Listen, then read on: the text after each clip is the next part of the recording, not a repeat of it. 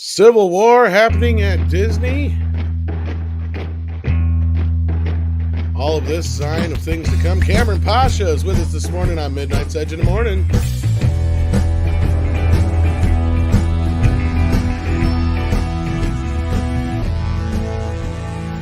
It's Wednesday. Just like any other Blur's Day, we're here on Midnight's Edge in the morning, and Disney is in turmoil. Kamran Pasha's here to talk about it.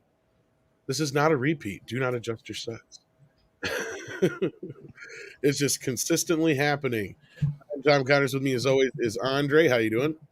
I am doing excellent, thank you. Very excited to have Kamran here today and to do a follow-up on his prediction from the last time we were here all together, which, lo and behold, came true again.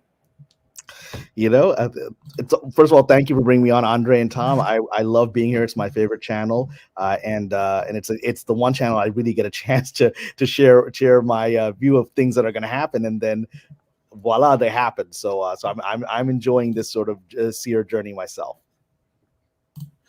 Yes, indeed.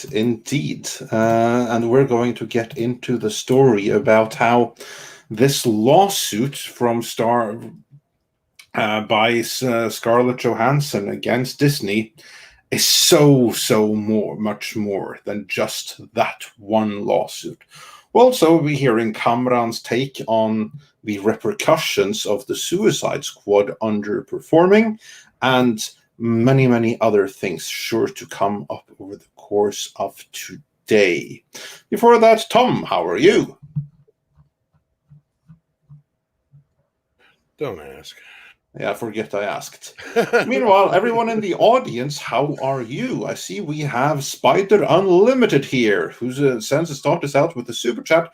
Kamran here to bring the goods as usual. And I see we have Lorena Creole in the chat, and we sent you the link. So if you have the opportunity to hop on, you're most welcome to. And of course, we also have here, so yeah.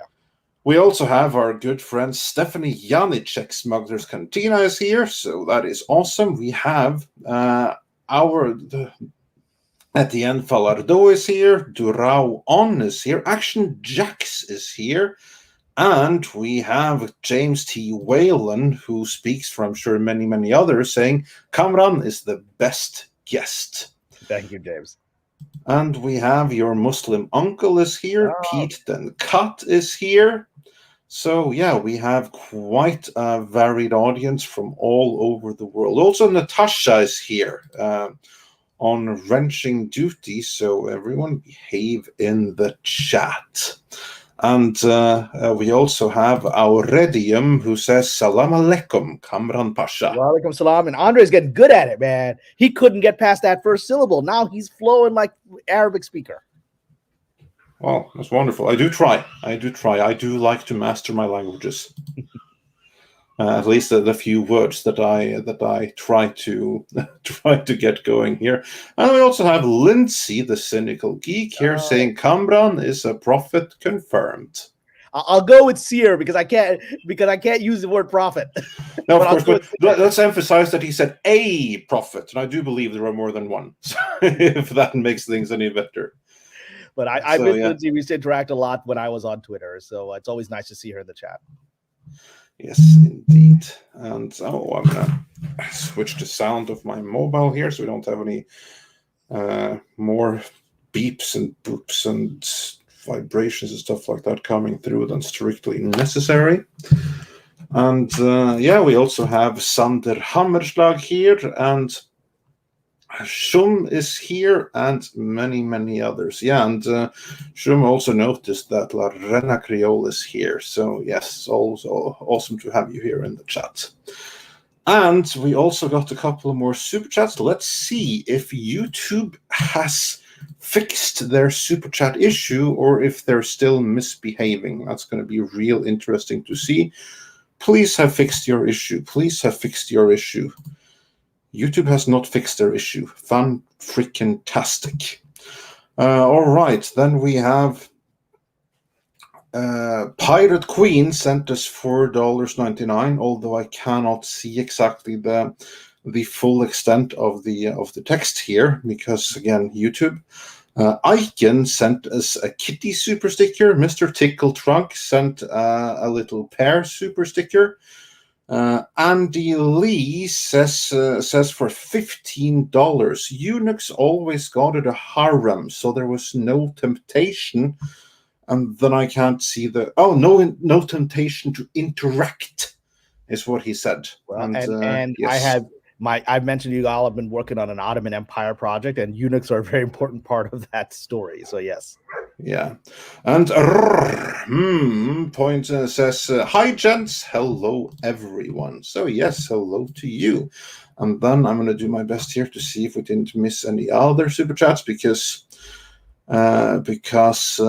we have to pay extra attention today, because YouTube is acting up here behind the scenes. But I think we got everything. YouTube's been censoring major accounts recently, just like Twitter did. It's been taking down important accounts when it goes against the current political narrative. So YouTube is going down that path as well. So it's unfortunate. Oh, absolutely, they are. So we do have to watch what we're saying here. But I think so far we have managed to stay on the right side of the border. And Natasha also. We have a super chat from Kos. I can't. Sorry, it's hard to see on the screen. I'm going to put on my reading glasses. I can put it up on screen from Kostas Lavranos. Yes.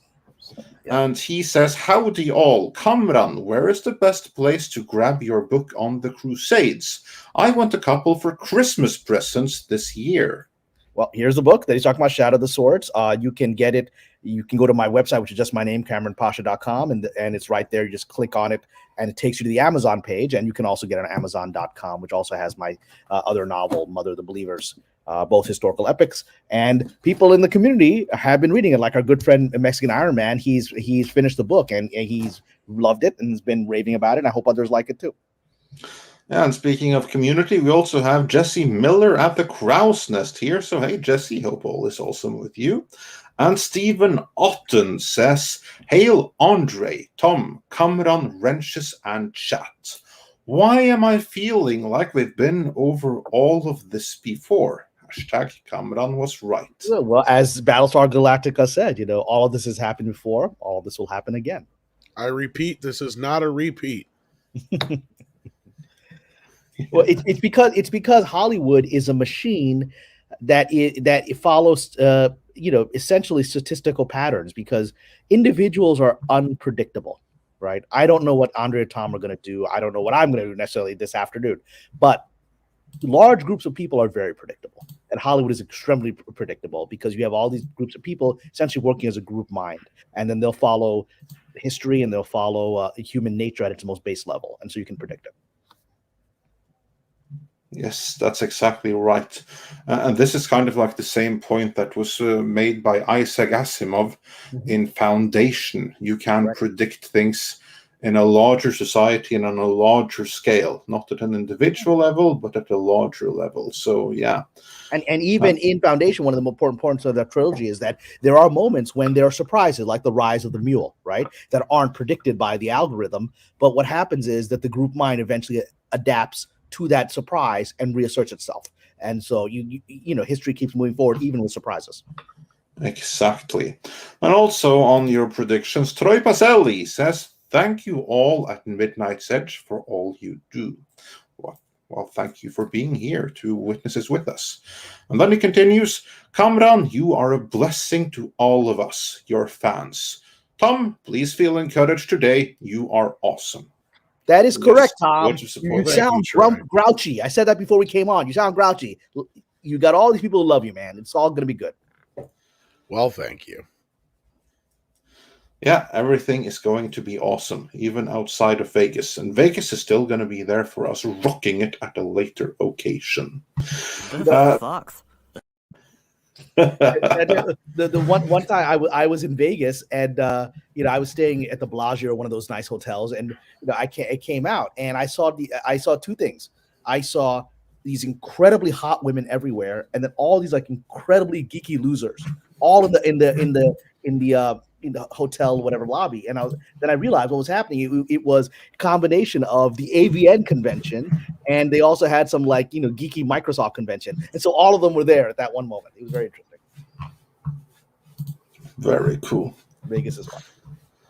Yes, and with that, let us begin by doing a very quick recap, because what has started all of this is the lawsuit that was brought up a couple of weeks ago when suddenly, out of the blue, Scarlett Johansson decided to sue Disney over Black Widow, or more specifically about Disney putting Black Widow in theaters and in streaming at the same time, arguing that was going to cost her box office gross share points. Of course, Disney, they did everything by all accounts in accordance with the contract. There was like a minimum amount of screens that Black Widow had to be in, and it was in that number of screens, and the contract didn't say anything about any kind of theatrical window. So technically, Disney was in their right. However, she sued them anyway, and then Disney responded. And in that response, they basically said that Scarlett Johansson was inconsiderate and selfish, and she had already gotten 20 million up front for her movie. And although they did not say this, the implication was, so sit down and shut the hell up, freaking ingrate. And that's when all hell broke loose, because how dare they talk to a woman that way? There was no limit to how sexist and how dangerous this kind of speak was. Then we got reports how Bob Iger was frustrated with Chapek, how Feige was embarrassed, and all this good stuff. Now, Kamran, you said that this isn't really about that lawsuit. It's about something else entirely, which we now have more supportive evidence suggesting that you were 100% right. But as a recap, what were you saying then? Well, I mean, this is what the events that we always see and that we comment on in the news and we comment on here on YouTube are always the surface level events. They're always the events that take place after the real event has been set in motion, right? And so they're the external image of the war, whereas the war is always happening internally. And so, what I saw when I saw this lawsuit, which was a surprise to Hollywood, someone of Scarlett Johansson, she's the highest paid actress right now, someone of her caliber going against Disney, it was really something that no one imagined happening. And then for me, it was like, okay, well, why is this happening? It seems to me to be part of a much bigger strategic war that, that civil war they were talking about in Lucasfilm, basically the internal conflict of Disney is now erupted on all levels, right? Lucasfilm was the starting point of that journey, but now the bigger issue has become the future of Marvel and its place in Disney and who's in charge, right? And so I saw all of this as part of the conflict that began with Lucasfilm and we have the Bobs and who's in charge there, and now we're seeing it play out between Mr. Chapek and Mr. Feige as each is asserting their own power and utilizing, their pawns. I mean, I believe Mr. Feige is utilizing the pawn of Ms. Johansson for his agenda. And so we're seeing all of this as the internal dynamics of Disney playing out in front of us. This is a power struggle that was set in motion the moment that Bob Chapek was given the title of CEO, and then essentially all of his power was taken away from him within a few days, which is really unheard of in my experience. And this was inevitable because someone like Chapek, who clearly is a brilliant Machiavellian man, to have become the CEO of Disney and essentially have come out of nowhere. He wasn't really on the radar of Hollywood on the creative side, but he'd been working his way sort of like Palpatine through the years, through the system, to be that person, and then have someone take that away from him. This conflict was inevitably going to come, and we're watching it play out. Yes, indeed. And that is where we are right now. And Tom, I sent you an article before we went live here.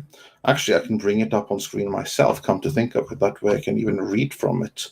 Just give me 1 second here, because this is an article that, oh, yeah, here we go. You read from yours. I'll just bring this up on screen so we're not sitting here scrolling. Yeah, that sounds good. This comes from our good friend Edward Lauder over at Small Screen. Co-UK, up and coming publication with some very, very cool inside scoops and a pretty decent track record to boot. And what they're writing here is that Disney is in turmoil and creators are not happy with Bob Chapek. And it begins then with Edward saying that he has learned some inside news from his sources within Disney. It seems as though creators inside of Disney are not pleased at all with the direction Bob Chapek is taking the company in. Chapek is the new president of Disney, taking over from Bob Iger. He's bringing in a lot of changes that are messing with things that have been run at Disney for quite some time. So Disney has gone through what can only be described as an era of incredible prosperity, and all of that happened with Bob Iger at the helm. And much of what is credited for that success is that he put creators first, removing all kinds of red tape from the creators so that they were relatively free to make the kind of movies and series that they wanted to make. That couldn't be more different from what Chapek is doing. And then Edward Source, with very close ties to Disney, said, Disney as a company is doing very well. However, it's in turmoil as far as the creators are concerned. Creators who've had long-standing relationships with Disney and the likes of Bob Iger are not happy at all with the direction Bob Chapek is taking the company. And then a quote says, it's actually getting quite bad for them, and there are grumblings from the likes of Pixar that they just want out of the House of Mouse. But that's virtually impossible for them. Now, that's pretty astounding that people in Pixar seemingly wants to get out of Disney ownership periods. Then it continues, there's a lot of infighting between Chapek and his team, who has the shareholders on their side. So Chapek is the one that has the power here, seemingly, because the shareholders side with him. Mm-hmm. And then on the other side, you have the creators, the people at Pixar, Marvel Studios, Walt Disney Animation Studios, and now also 20th Century Fox. It doesn't look like this rift will be fixed anytime soon, and Scarlett Johansson's lawsuit has really caused a stir. Now, there is more to this article, and we're going to get into it afterwards. But I just want your initial thoughts here, Kamran, hearing from all of this. And if we are to believe this source, then even Pixar wants to dump Disney and seemingly go their own direction. Is this something that Chapek should be worried about if the creators are in this kind of revolt against him? Well, I want to start with the use of the word creators. That's a euphemism for people running their own fiefdoms, right? So this is, you notice we didn't hear, when you think of creators, we think of filmmakers, right? We think of like a Jean Favreau, right? You don't hear those names being mentioned here. What you hear are studio subdivisions, Pixar. I mean, list them, Pixar, all Marvel. And so basically what you have here is exactly what I predicted, which is that Bob Chapek, starting with Lucasfilm, and notice that Lucasfilm is not mentioned in that list of things because he's already beaten that one down, right? And when he beat that one down, he figured out how to do it, right? Which is to establish control. He has to become Julius Caesar, which is take these nobles who have their fiefdom and tell them, I am in charge and I'm going to crush you, right? This entire article is from the point of view of people that were used to being independent under Iger. Sometimes it's to benefit. So I think Marvel did quite well, independent from Iger's day-to-day supervision, right? Lucasfilm did not do well. Pixar it's a question mark because they're also beginning to go a little bit down that woke direction, right? And so you have this thing where this is this moment in history where you're having a centralization moment under Chapek. Let's say it's the rise of Julius Caesar here. And this article, when I was on here just a couple of weeks ago, Andre, and I was stating that I thought Chapek is going to win this, right? I saw the chat erupt, which is like, there's no way Chapek is going to survive Feige. Feige is going to outsmart him. Feige's already taken out of the rivals, right? I said, no, it's not that situation here, because this article says it, because their shareholders are on Chapek's side. The owners of the company are on Chapek's side. That fact that we're hearing things like Pixar would like to get out, well, Pixar can't get out, right? It's owned any more than Lucasfilm can get out, right? Any more than Marvel can get out. It is owned. And so that resentment of we want to get out is from people that were running the fiefdom of Pixar, now realizing they're not the final say.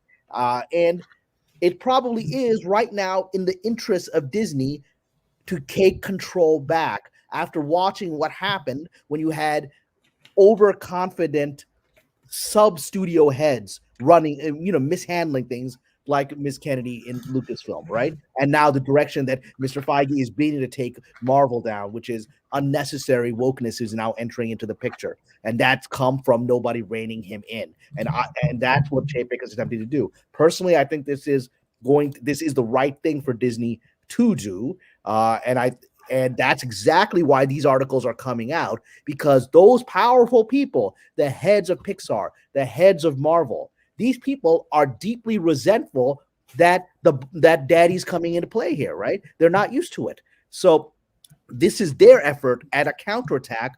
All that we're watching, including Ms. Johansson's lawsuit, right? All of that is part of a counterattack from people that were used to being independent and now are being brought under the emperor's throne. And, Ms. Johansson, like I said, I've always believed this behavior is not normal. I do think that the if it was just about the money, I absolutely believe that CAA, the head of CAA who represents the head, the top agency and the head of it, who represents Scarlett Johansson, would have been on the phone with Bob Chapek, and they would have resolved this without any public drama, right? But the public drama is being pushed as part of this now erupting grander. It's not even a civil war. It's a rebellion. It's an effort of the Senate, of the Roman Senate, to retake control and tell Julius Caesar, don't cross this line. Guess what? Chapek has crossed the line. He's crossed the river, right? He's crossed the Rubicon. He's crossed the Rubicon. And he is, the very fact that this article states that the shareholders are on his side, the reason that Caesar was able to cross the Rubicon is he knew the public was on his side, right? So he knew he was going to win. And that's why I said in the last video, I expect Chapek to win. This is a massive PR attack on him, which is dangerous, right? But I will say this. Pixar has just done nothing but damage themselves. They're the ones who got rid of John Lasseter, right? Correct. So right there's problem number one. And they did it for what? Because of how, at the time, the narrative about Me Too was wrapping around him, right? Yeah. And that was the political culture at the moment. And really, without getting too deep into it, you can basically trace it back to a few people who didn't want an old white man running the company. Correct. Is what it really boiled down to. That was the real reason behind the claims. I mean, so I've heard the stories. There's a reason Mr. Lasseter isn't out of the industry. Is people kind of knew that the claims being made against him were coming from an agenda, not from a place of this guy's actually, a dangerous predator, right? And that's why he's continued on to succeed. And I don't know, the article you have, Andre, may bring this up, but I just want to jump to this real quick and ask Cameron's opinion on it, because we already kind of have movement in the situation. It looks like Disney is seeking arbitration in the Black Widow lawsuit. Now, this is something that's not brand new news. This is about a day or two old. Mm-hmm. But basically what this means is Disney don't want to go to court. Yeah.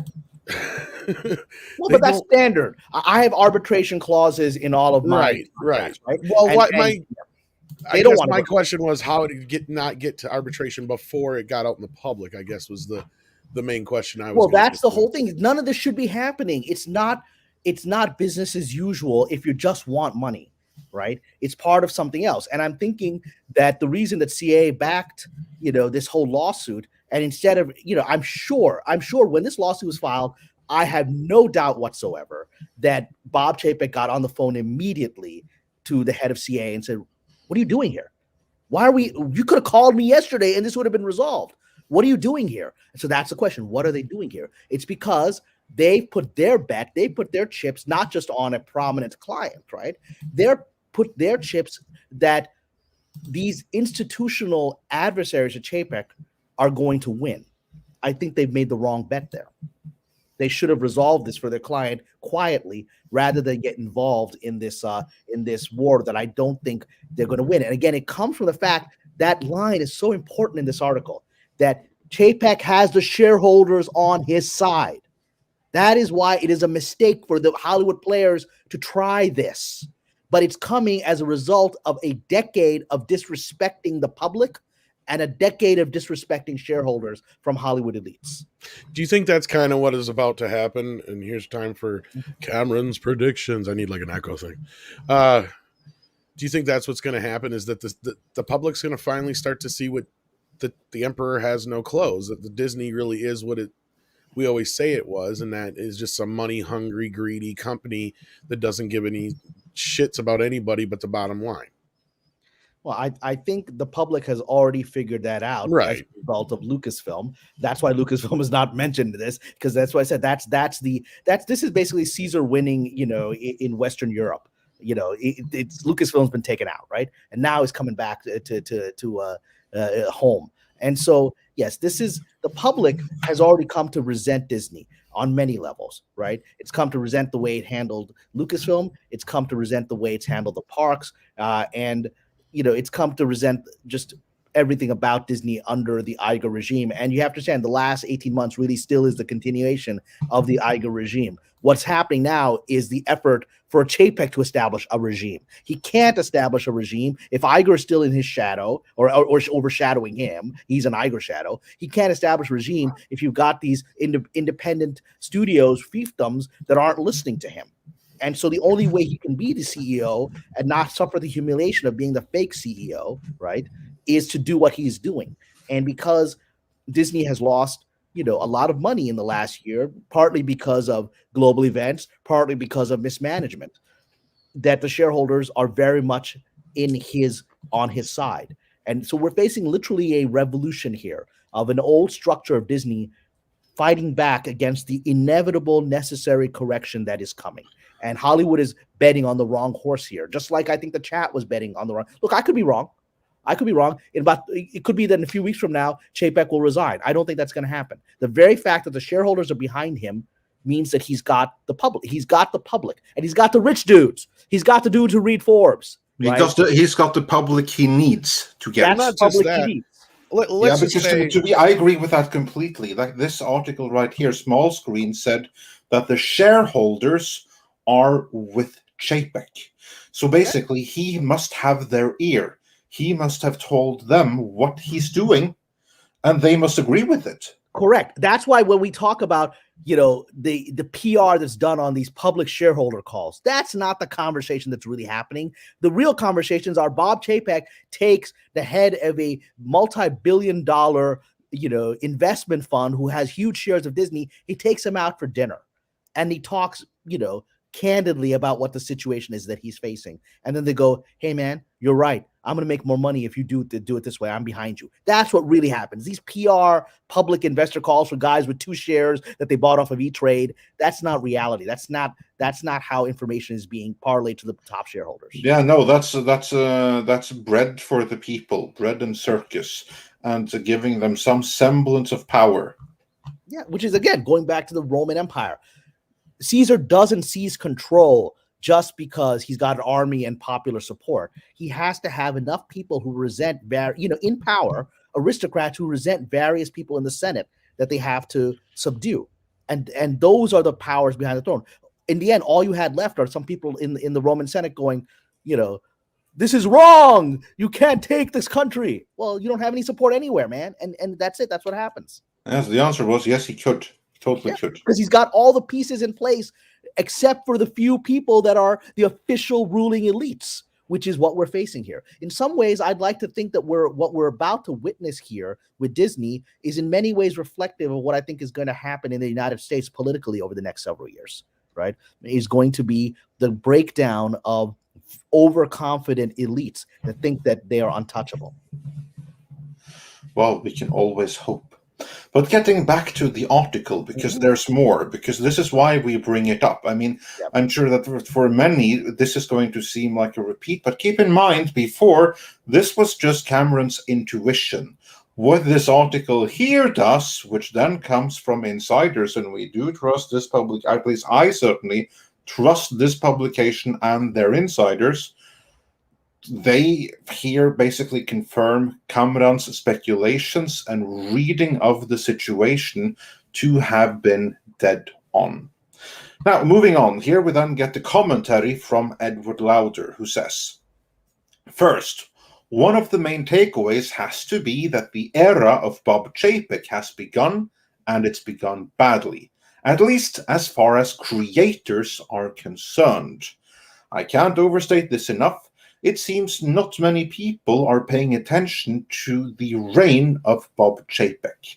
Chapek is clearly thinking merchandising first and content second. So that's like a huge, huge difference from Iger before him. Creators at Disney have been put at the very back of the queue, and that's evident for all to see. Scarlett Johansson. Can I interrupt the reading here, Andre? Because I want to hit the thing that he's putting merchandising first instead of the creators or the creative process. Again, the word creators, it just means the heads of a subdivision. That's all it means. We're not talking about the town is presenting it as he's stifling brilliant people like Jon Favreau. He's not stifling brilliant people like Jon Favreau. He's raising them higher, right? So the creators are these subdivision bureaucrats that want their power, right? And when he's saying that he's putting merchandising first, that's all of it. That's the entire income. Merchandising can only work if it is what the public wants, which we saw with Lucasfilm. They tried to merchandise this fake trilogy. People didn't want it. Jon Favreau gave them Baby Yoda and the Mandalorian, they wanted that. They're buying that. Merchandising is a direct reflection of customer desire. So even though it is using the words creator, it's presenting it as Chapek versus the creatives. It's not true. It is Chapek versus bureaucrats who are not interested in what the consumer wants. Merchandising is the way for us to get the content that we want. We're not going to buy the lunchboxes of things we don't like. Well, and that was kind of a point I was going to get to anyway. So why in the world would they fire their second highest selling toy from Star Wars? Do you think maybe that's part of what this is all about, is that Chapek's like, we need to knock this stupid shit off. We need to make some money. Of course. Who gives a fuck about this woke bullshit? Why else would shareholders be? I mean, sure, they're not going to get Gina back, but to me, that sounds almost like that's what it's talking about, is he's worried about the merchandising. It's like, oh, y'all are worried about the fucking politics. Well, guess what? You just fired our second most popular selling Star Wars toy. Good job. Good job. And Tom, that's why the shareholders are with him. You see, this article, the people feeding information to this gentleman and, are presenting it in a way where they're the heroes. They're not the heroes of this story. They're protecting their own personal power at the sake of the company and at the sake of us, the consumer, who's not getting what they need, right? So the way they presented it to this reporter is false. The information is correct, but the spin that they presented it is PR. It's Hollywood PR as a desperate effort to keep people in the club in charge. That's what it looks like to me as well, which is why we're having this discussion. I think this really, really fascinating, because to me, that only goes to show that the larger conflict that is between culture in, I think, America more than anywhere else, isn't just restricted to the people. It's also within the companies. Someone is trying to change things and there's pushback. And so we are exactly. We're at a Tom, wonderful place. I mean, Bob Chapek is going to be the villain of Hollywood and the hero of the masses. That's really remarkable. That's what we're watching here. That's a development that's coming. So here's prediction time, Andre. You want prediction time? Yes, I do want prediction time. So here we go. Prediction time. So here's my next prediction. What we're witnessing here is a massive PR effort by entrenched Hollywood elites to remove someone that's threatening to take their power away and give it back to the consumer and to the public and to the shareholders. So we're going to see more and more of these PR attacks in the media against Bob Chapek, suggesting that he is a weak leader, suggesting that he has lost the support of the people inside of Disney, suggesting that he will be forced to step down. That's going to come. And the more and we're going to see more of that as he solidifies his power. This is going to be the increasingly shrill screams of a system that is dying, and is going to present to the industry and try to present to the public the opposite of what is happening. The very fact that these articles are now saying that Bob Chapek has the support of the shareholders means that this war is over. And so they're trying to position, even in these articles, that he is somehow beleaguered, that he's not going to be able to sustain his power because Bob Iger doesn't like him, and powerful people like the heads of Pixar and Marvel don't like him. But the shareholders like him, the owners of the company who are trying to make money like him. And the only way those shareholders can make money is if the public likes what he's doing. And so for them to back him means that they believe the public is going to be on side of where he's going to take this. The fact that it's merchandising is his focus means that he's public oriented. That is exactly where Hollywood doesn't want to be at this moment of its sort of corrupt downfall, right? At this late stage of this historical journey for the Hollywood elites, the third generation of Hollywood elites that aren't about creation, but about going out to cocktail parties and bragging to each other about their unearned power that they got because of relationships and because their grandfather started something 80 years ago in Hollywood. So we're going to see more of these articles come out that are going to try to convince people that Bob Chapek is finished. And I believe each article that we see that is going to get increasingly more shrill, increasingly more emotional, and that will be a sign that the elites are actually losing their power. And that way, it will be the opposite of how it's being presented.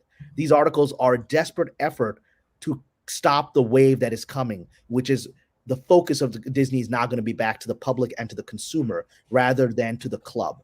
And the club is going to use every PR tool it has to try to change that perception, because once it is revealed that the little emperors have no clothes, that this one guy who was essentially this unknown figure that the creatives in the industry didn't really know, who came in, took over, knocked out Bob Iger from his path, knocked out Kathleen Kennedy, took down Kevin Feige, resolved, like I'm sure he's going to resolve this with Scarlett Johansson.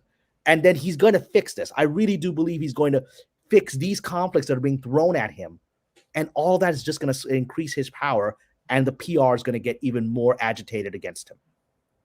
Yeah, and so basically to summarize before we move on with the article, in other words, since Bob Chapek is a man who protects the shareholder interests by protecting merchandising, he is smart enough to know that merchandising assumes that audiences want to buy that merchandise, meaning he, however indirectly, is actually pro-audience. And that sets up this question from Danielle. Was Chapek an unforeseen poison pill in regards to wokeness? That's kind of what I was thinking, yeah. Yeah, I mean, Chapek arose. He's obviously, like I said, he didn't come out of nowhere. He's a figure that in the 20 years that I've been in the industry, I'd never really heard his name before, right? He wasn't really bandied about amongst filmmakers, whatever. So this guy was quietly rising as sort of an executive inside the system. You never heard his name, and then suddenly you heard his name. And so partly that's his own genius of playing a chess game inside that company, a company I worked for that I couldn't properly chess game. That's why I no longer work for it, right? But he knew how to do it. And partly it's also, he obviously had the support of people in the investor community. They knew who he was. And so when it came time for Iberg to say, I'm going to step down, maybe I'm going to run for president or whatever he was thinking, his name kept popping up in conversations with those fund managers. like, we'd like this guy. We like this guy, right? So I think they knew from the beginning this guy was customer oriented and was oriented towards their profits. And so he took advantage of that. He likely, I'm guessing, that Mr. Chapek had already made a lot of allies in the investor community, which allowed him to take that role. And so these are not new allies for him. I think they put him there. Meanwhile, Vorpal Bunny's Revenge, he kind of summarizes the attitude of the elite and the creators. Audiences, merchandise, buying? Where do such heretical notions come from? And again, I'm not going to use the term creators because these aren't the creators, right? Yeah, no, these are the studio heads. These are the Kathleen Kennedys, the Kevin Feige's. But Kevin Feige has basically pulled a. Yeah, he is a creator. Kevin Feige is a creator, but he's, I think, allying himself on the wrong path on this, and we've already seen the consequences of that. I don't think he has any ambitions to become the CEO of Disney. I think he wants to continue being the visionary in Marvel, right? And he's chafing Chapek. He's chafing under Chapek's effort to rein it in. But Chapek has to do this because already, by giving him that independence, that worked out for the first decade of Marvel. But already we're seeing that Mr. Feige has bought into his own myth a little bit, and now he's beginning to take Marvel in a direction that the customers and the shareholders will not like over the course of the next several years. Chapek sees that. I'm sure Chapek sees, the figures on Falcon and Winter Soldier and all of that, and he's seeing the responses. And he's like, that's not what my accountants projected we were supposed to be doing here. Okay, you're obviously, you're brilliant. You did this, but you're losing it, man. You're losing it, and you need to get your attention back on the goal, your eyes on the prize. Right now, you're enjoying being a creator rather than focusing on giving the customer what they want, which is what you used to do. And I'm going to take back control of this company to make sure all of you do that. And the egos don't want to hear it. You mean people don't want the Marvels, which started filming today? Crickets. Nobody gives a shit. I look forward to seeing that come and flop. But this is, it is actually, for me, I think the story of Mr. Feige is actually a tragedy, because he is really a creator. It is a tragedy. He isn't like Miss Kathleen Kennedy, who comes in and doesn't know what they're doing. He really is somebody who is a creative visionary, who is a risk taker. And I think, like I said, and I firmly hold this belief, even though people have argued about me in the chat and said, it's just he's gotten into the club, and he's getting into that. He's in there eating the grapes in the club, and it's changing how he's approaching his own genius. It's affecting it. And so we need someone like a Chapek to put him on notice. Yes, you had 10 years of accolades, but if you stop giving the customer what it wants, that's all you're going to be remembered for. I kind of like this. Daniel says Feige flew too close to the sun. That's really what this is. That's really what this is. And it is a tragedy. I don't think it's a tragedy of what happened. Lucasfilm is a tragedy. And I believe Ms. Kennedy, I do believe she's moving on. I mean, we heard blah, blah, all the way. That's not a tragedy. That's a well-earned departure into the sunset. With Feige, he flew into the sunset, which was not necessary. Yeah, so his wings melted, and then he fell down into The Lady in the Water, because that's the movie that M. Night Shyamalan made when he bought his own hype and thought that he could do absolutely no wrong.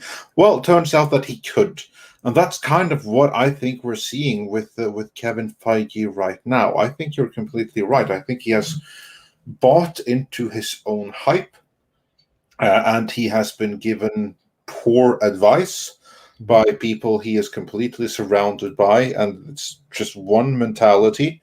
And as a result of that, I think he's the one pushing the quote-unquote wokeness in the MCU. Yeah. And you see everyone saying in the chat that the MCU ended with Endgame. You know what? I disagree. I think the MCU ended with Infinity War. To me, the MCU, the proper MCU, ended with Thanos having won when he snapped. literally, not when he snapped, but like when he snapped his fingers, and It works and as a made double that happening. entendre. To me, well, exactly. But yeah, to me, that was the perfect ending of the MCU. Endgame, to me, wasn't the end of the MCU. On the contrary, it was the beginning of the new, completely messed up MCU. I mean, I certainly see what you're saying there. I will say that there was an effort by the filmmakers of Endgame to try to stop some of it. We saw that Captain Marvel wasn't honored in that movie. You know, the other characters don't like her, and Thanos punches her. That to me was an effort of the filmmakers saying, "Hey, man, this is not what the audience wants." Right? That was an attack of the directors of that movie against Feige, who, you know, the great mystery remains why he ever pushed Captain Marvel forward, why he pushed Ms. Larson forward. Oh, I know there's no mystery at all. It's in Bob Iger's book. Well, there's the official version, right? Well, that's because Bob Iger keyed in on Captain Marvel. He looked through the Bible of all the characters, and Captain Marvel stood out to him. Yeah, I think that's. And he went to Kevin Feige, and Kevin said, "Well, that's all good and well, but you know, Ike Perlmutter thinks that black characters and female characters don't sell enough toys," and hence started the ending of Ike Perlmutter from that moment on. Well, I mean, that's the official narrative. I'm sure Miss. I'm pretty sure it's pretty close to that, to be honest with you, because I don't know, it's pretty cutthroat. I mean, next thing you know, Perlmutter's out the window. Well, I'm sure that part of it is true. I think there are other factors, which I'm not going to say publicly, that were involved in the decision to push. Well, what more decision do you need other than Bob Iger's like, well, this is selling well for the boys. Now we need to get the girls hooked too. Well, but then you had Black Widow. See that you had Scarlett Johansson, who was the female face of the entire MCU for many years, and her movie was shunted and ended up getting this sort of crappy release now at the end when it no longer matters. And again, I like that movie, but there are other factors, and that is the official story. But there are other personality factors as to why. Tell us. I see exactly where he's going. Not everything is not everything is fit for air. So yeah, let's move on. People.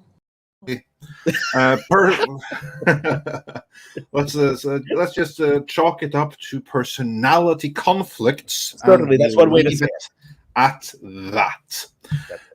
Before we move on, just have to catch up. Tom, can you catch up on the super chats here behind the scenes while I move on with the articles? I can try. We've got one on. I can bring up on screen right now. It says Costas Lavarius says, "Tom, listen to what Cameron is saying." I'm trying. He won't say it.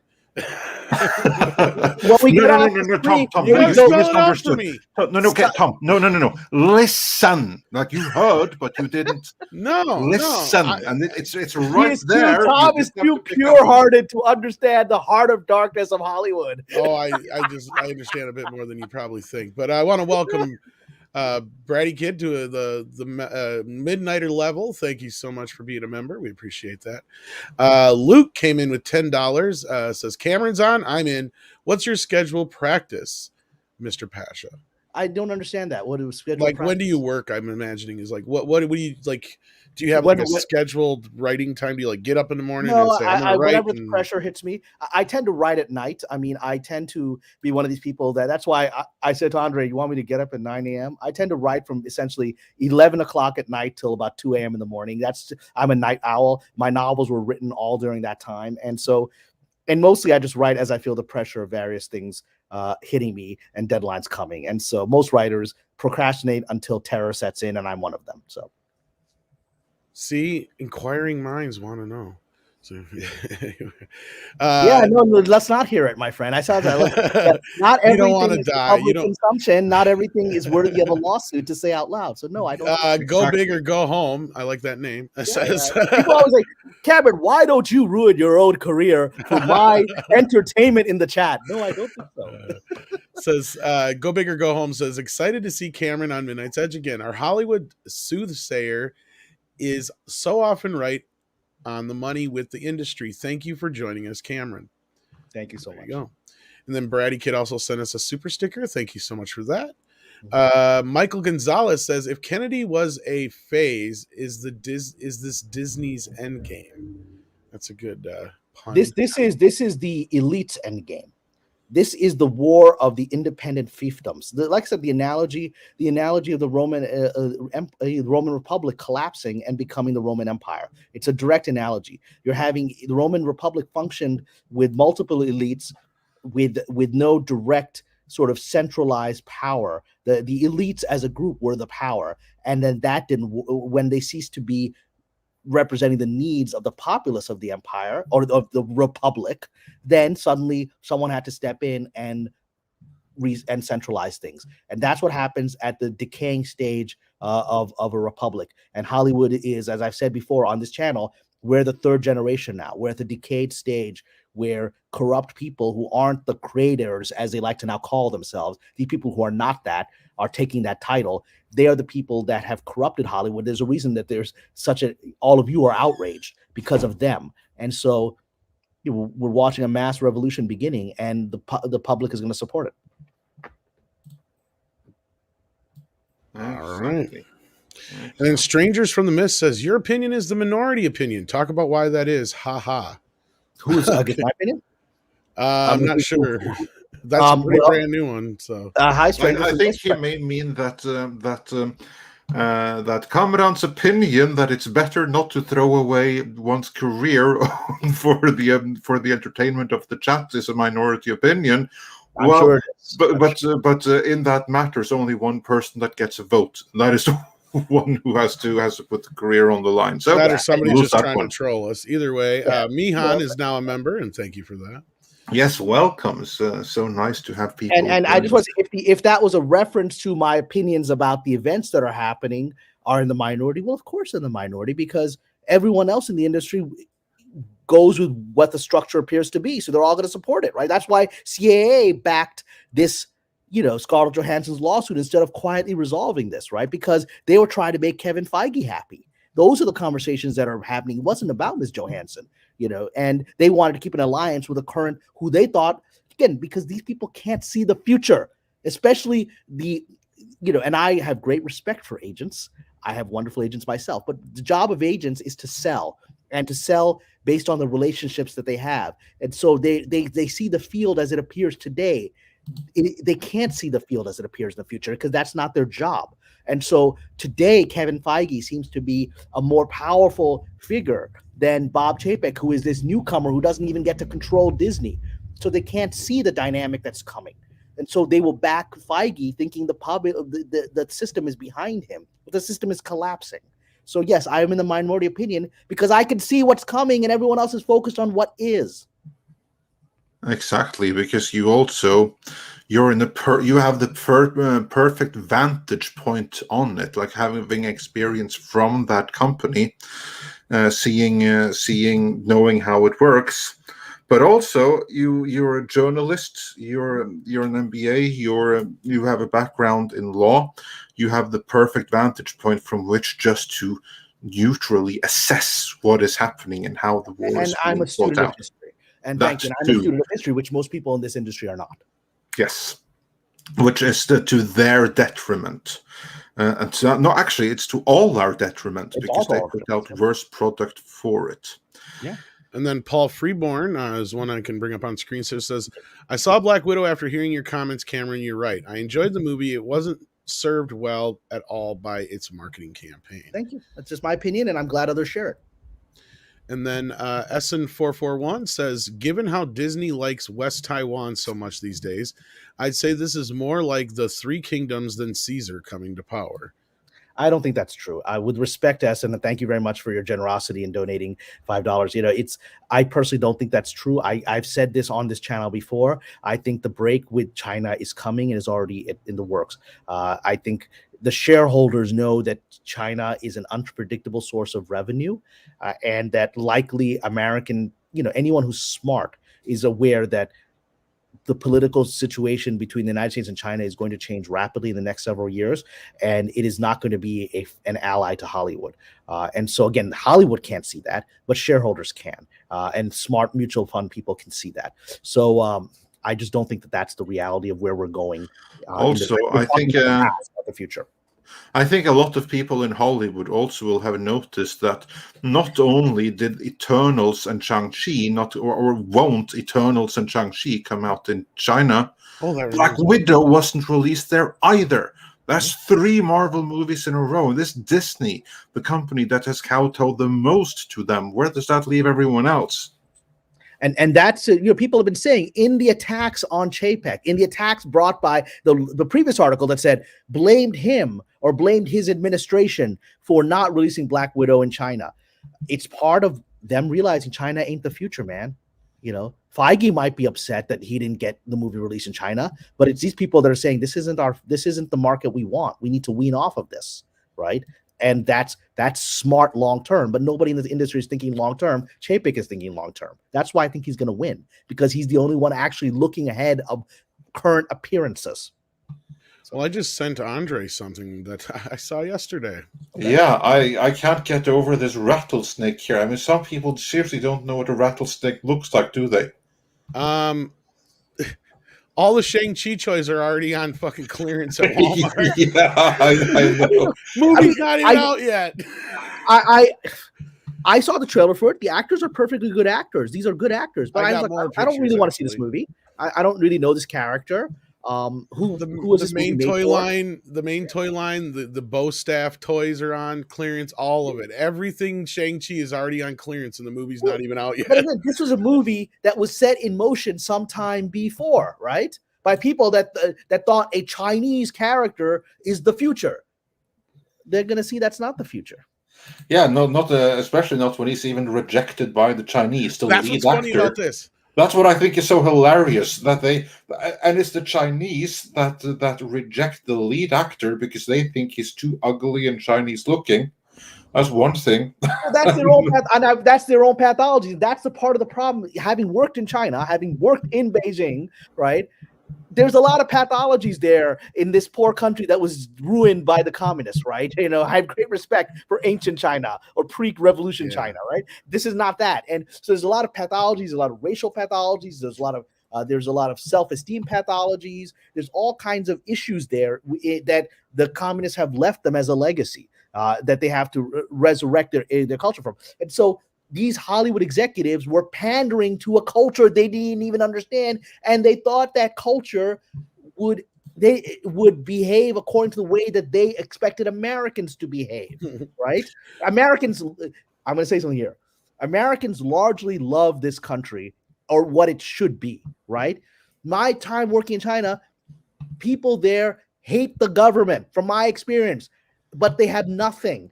They have no way to stand up to it. So it's a depressed culture, knowing that there's no way out of this trap. As one of my colleagues in China said to me, I asked, what you guys don't like it, what the PRC is doing to you or has done for 70 years here or whatever.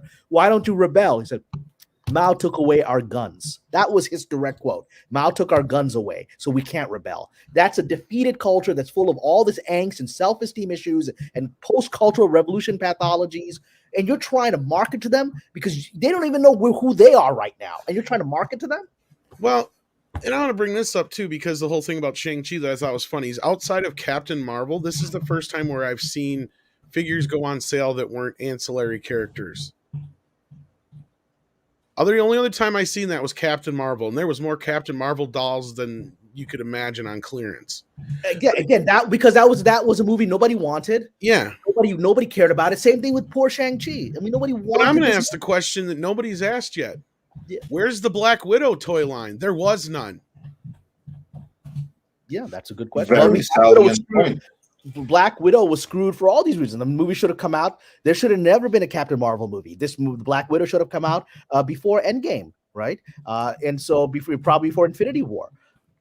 The only Black Widow has been screwed. Black Widow figure we got for the movie was she got her white outfit for the Marvel Legends line. That was it. Yeah, and so this is the leftover of how that character was poorly treated by the pre-existing situation. So. It is what it is. If they came out a while ago, make one, David. I couldn't find any online, and all I could find was a Marvel Legends figure from it. Otherwise, they're all just generic Black Widow figures from other movies and stuff. That's all I could come across. But we're just going to finish up this small Yes. screen story here before Yes. we move on. And then we have a cool special announcement after that. Oh, okay. Great. So, getting back to the small screen story, where Edward Lauder, the journalist, had some leaks from Disney.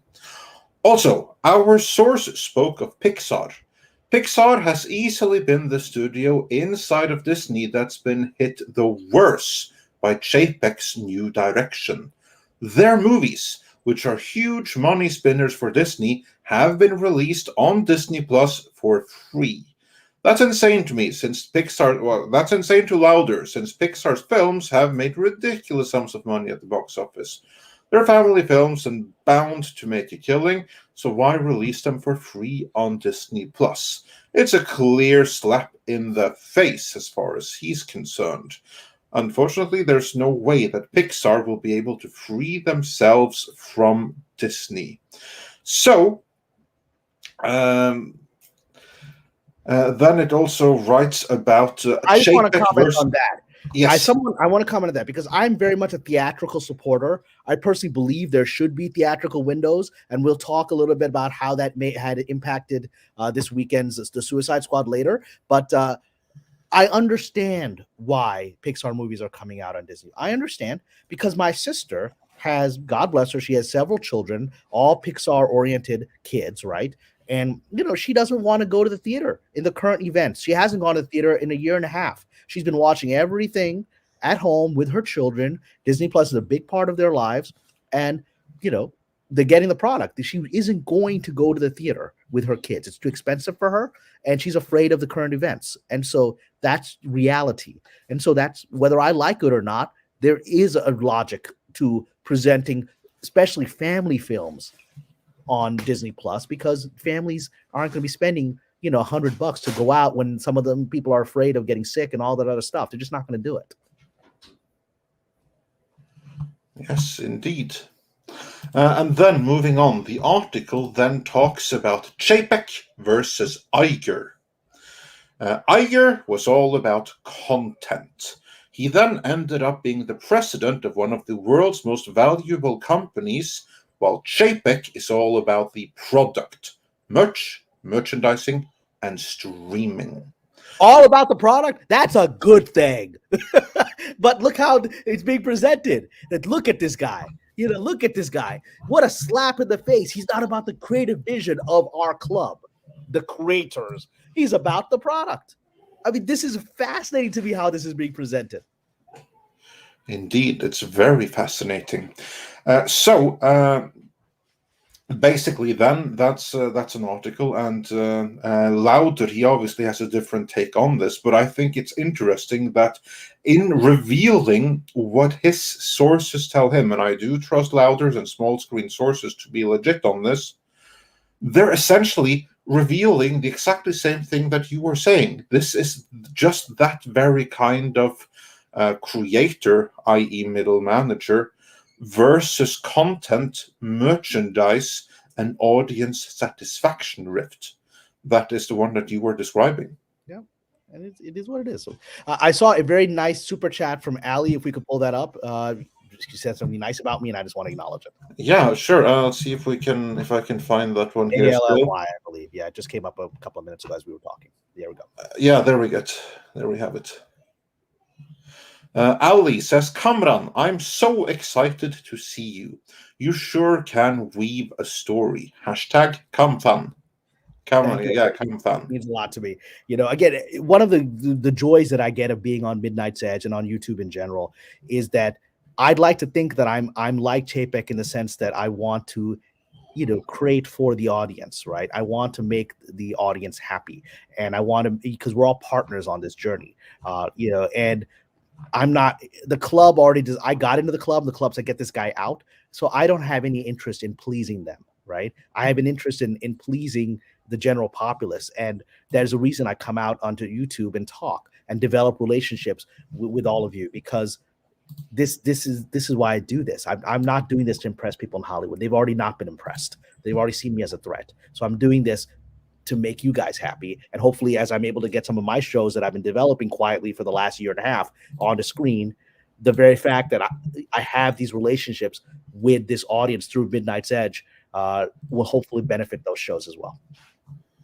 Yes, indeed. We are very grateful for your presence here. And speaking of presence, we're about to make an announcement here real soon. In the meantime, Tom, why don't you go through a couple of more super chats? All right. Well, we got one right away we can bring up on screen here from our good buddy Stephanie Janicek, who says, "This is brought to you by sarcasm. I cannot imagine shareholders being upset with not making money." There you go. Yeah, again, it's very easy for creators to be idealists with other people's money. Other people's again, money. this comes from that elitism. Your money doesn't matter. It's the same elitism of the events that happened in the past 18 months. You're not essential. You don't need to feed your family, right? Right. I can sit in my home and have a poor person work as a delivery person for Amazon rather than go to the store myself because I'm elite, right? And so this is a reflection of this let them eat cake culture that is not just in Hollywood, but it is throughout the institutional structure of the country and the world right now, and it is absolutely collapsing. Yeah, and since there's some debate in the chat, here's what I'm talking about, guys.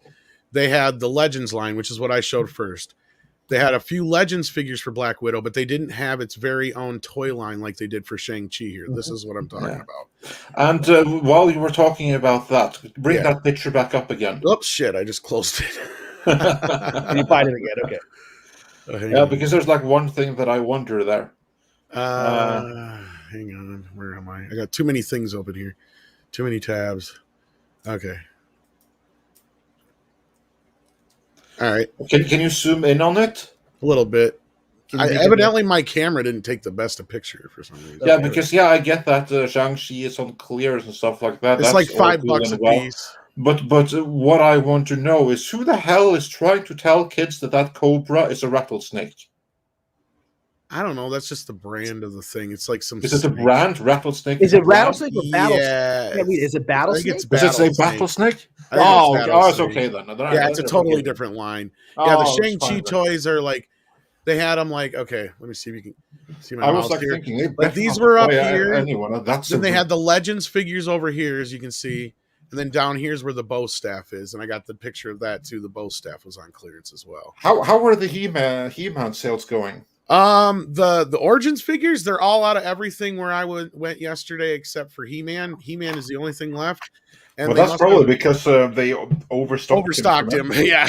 And the only thing left on, and then they must have restocked the Revelation figures because they're all completely full. Remember the picture I sent you where like the bottom row is gone? Yeah, they filled that back up.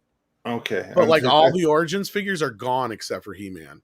Okay. So I actually managed to grab one of the new Evil Lynns because there's a new different colored Evil Lynn that's out there, but yeah. Not that matters, but anyhow, going back to classic super chats, Roof Korean the base sends in $10. Thank you for that. Says this can't just be happening to Disney. A similar situation is the Blizzard employees revolting against Activision, ignoring customers' dissatisfaction with Blizzard's content from activist employees. Yeah, I think it's across the board. They're going to start seeing a similar kind of, well, especially when it comes to fandoms. Anyway, what do you think, Cameron?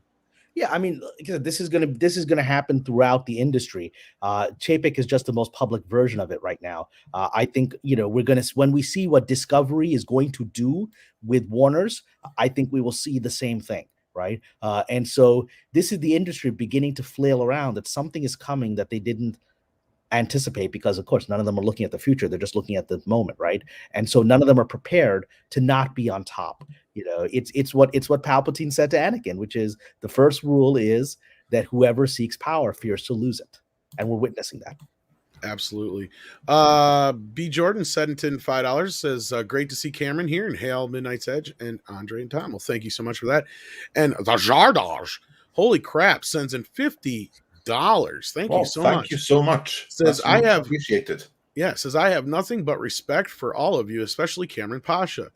Real diversity is of thought, not of body. Please keep expressing the finest tenets of our community, or our common humanity. Keep up the great work. Well, thank you for that, the Zardoz, and I'm Thank you. It means a lot sure to me. Cameron will do it as long as he can anyway. Well, as long as I'm around, because at this point I'm just in revenge mode on this town. That's what I am. And this is the lesson it needed to learn. The last one I can bring up on screen, so we'll go back to the classics. And then we got one from Tom DS who says, Cameron, are you familiar with the name Viva Frey and Robert Barnes? They have been covering legal end of Hollywood trouble.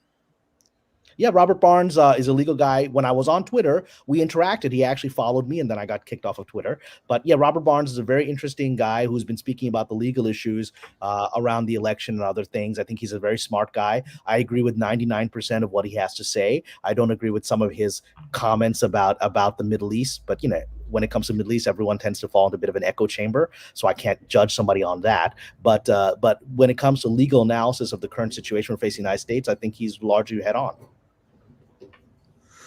And speaking of head on, we were just joined by our compadre, Polly of the Latinos Land fame, also Midnight's Edge Espanol fame. Hey everybody, how's it going? It's wonderful. It's great to see. It's great to see you, Paulie. I saw you last night as well. The wonderful movie session, and it's always a delight to have you on here, hermano. So it's good to see you. I'm someplace hot and humid instead of just hot.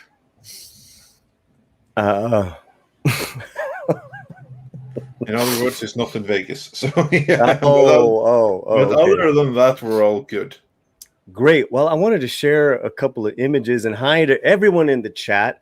We have a huge audience right now, and I felt impelled to come on and make some announcements. If I could, Andre, is that okay? You can go for it. Here we go. First time. Yeah. First announcement. Early next week, and I put an image up. Edward James Olmos is coming to Midnight's Edge. Just him with you guys in the chat, talking about just his sci-fi characters of Gaft in Blade Runner. Okay, and I have another one.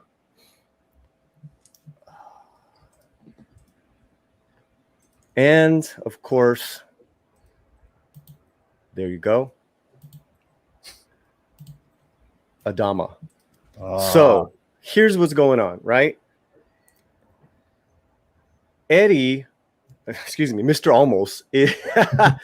Mark your calendars right now, okay? We got to pin down to either Monday or Wednesday of next week, okay? I wish I could give you guys the exact date and time, but I cannot right now. But there's such a great crowd right now. I have to announce it. Mark your calendars. Edward James Olmos coming to Midnight's Edge. He's going to talk to you guys for a few hours. Just him. It's just him and us and talking about his memorable sci-fi characters. He's got a goal. He's executive producing a movie. They have raised almost $47,000 of the $50,000. But they're like a couple of grand out. Easy. We can easily help out. That is what's going on, Andre, with Edward James Olmos returning to Midnight's Edge early next week. Mark your calendars now, guys. Mark your calendars now. Yeah, I mean that's the first announcement, right? I know we have a huge crowd. That's a huge announcement. That is huge. Yeah. Edward James Olmos coming back to Midnight's Edge to talk pure sci-fi with all of you and funding his next movie. How freaking amazing is that? Yeah. Yes, that's not normal, guys. This is what Midnight's Edge and Midnight's Edge, the Latino branch of it, are doing is remarkable. You don't get people like this on YouTube channels. I don't necessarily get access to Edward James Olmos in my day-to-day life, and you guys are getting this. This is really wonderful. Yeah, we've had him before with other cast members of Stand and Deliver, but to get him and to talk about Gaff, to talk about Adama and his experiences, it's going to be great. And they've raised this he's executive producing this documentary. They've raised over $45,000, which is great. We can just help them to get them over that hurdle. But we got him for a few hours early next week. That is my first major announcement to this great crowd that you have, Andre. Yes, that we all have. Yeah, and I got another one, Tom. Ay. Should have you, Tom X. Okay. And I have a date for this guy. Oh wow! You got a date with Danny Trejo?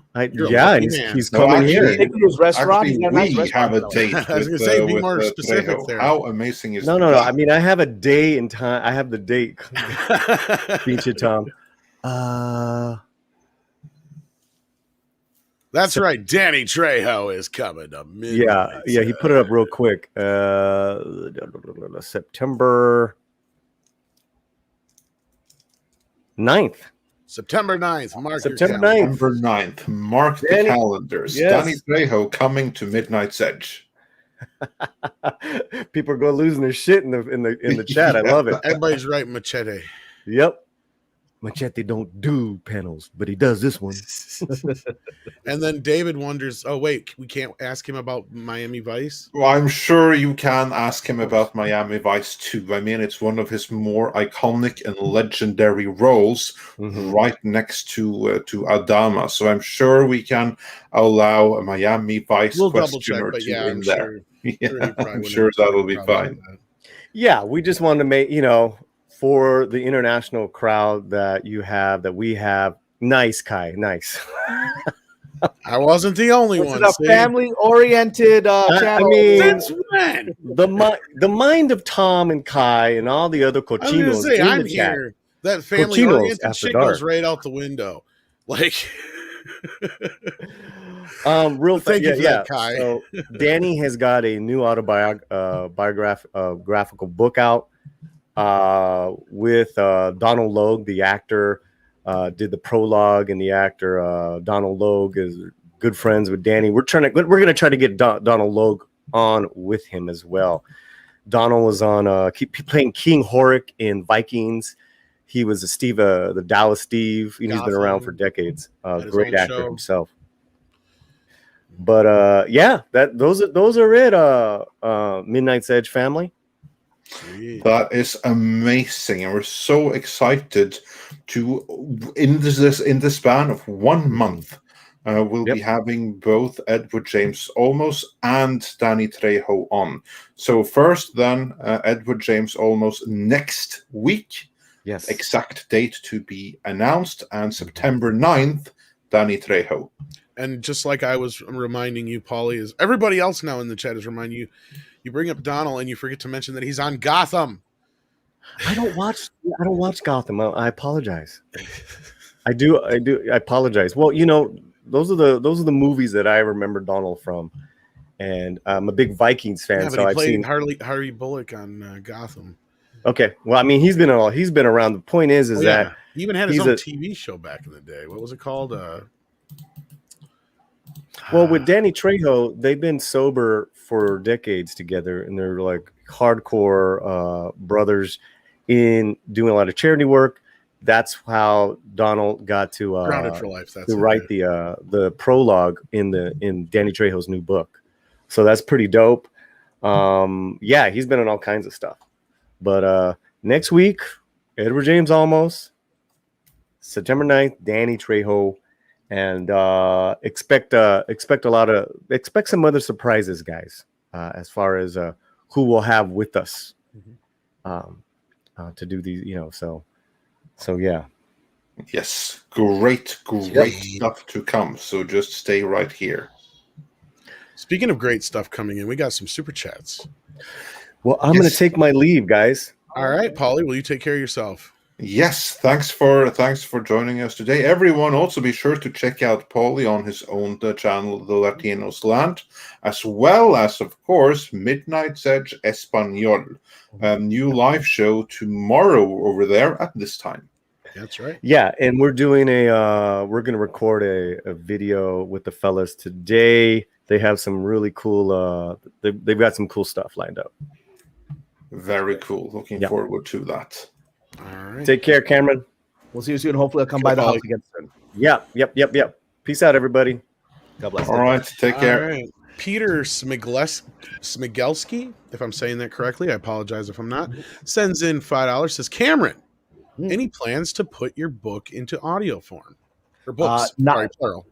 Not currently, and so the more you guys buy it, the more Simon & Schuster will feel, hey, there's a market that would like this in other formats. So the fact is, these books came out a few years ago. The industry really didn't make any effort to market them. They sold purely through word of mouth, and then they've gotten a second life in the last several months, with so many fans and so many people watching have been purchasing it. I think I'm a publisher's like, wait a minute. These books, suddenly people buy them again, a lot of them. And so the more you do that, the more that my publisher will feel like, well, maybe there's an audience for the audiobook, and I would love for that to happen. Well, that's the thing about our audience that's great is they want to buy stuff. They want to be entertained. Yeah. They want good stuff. It's just that Hollywood is refusing to allow it to be.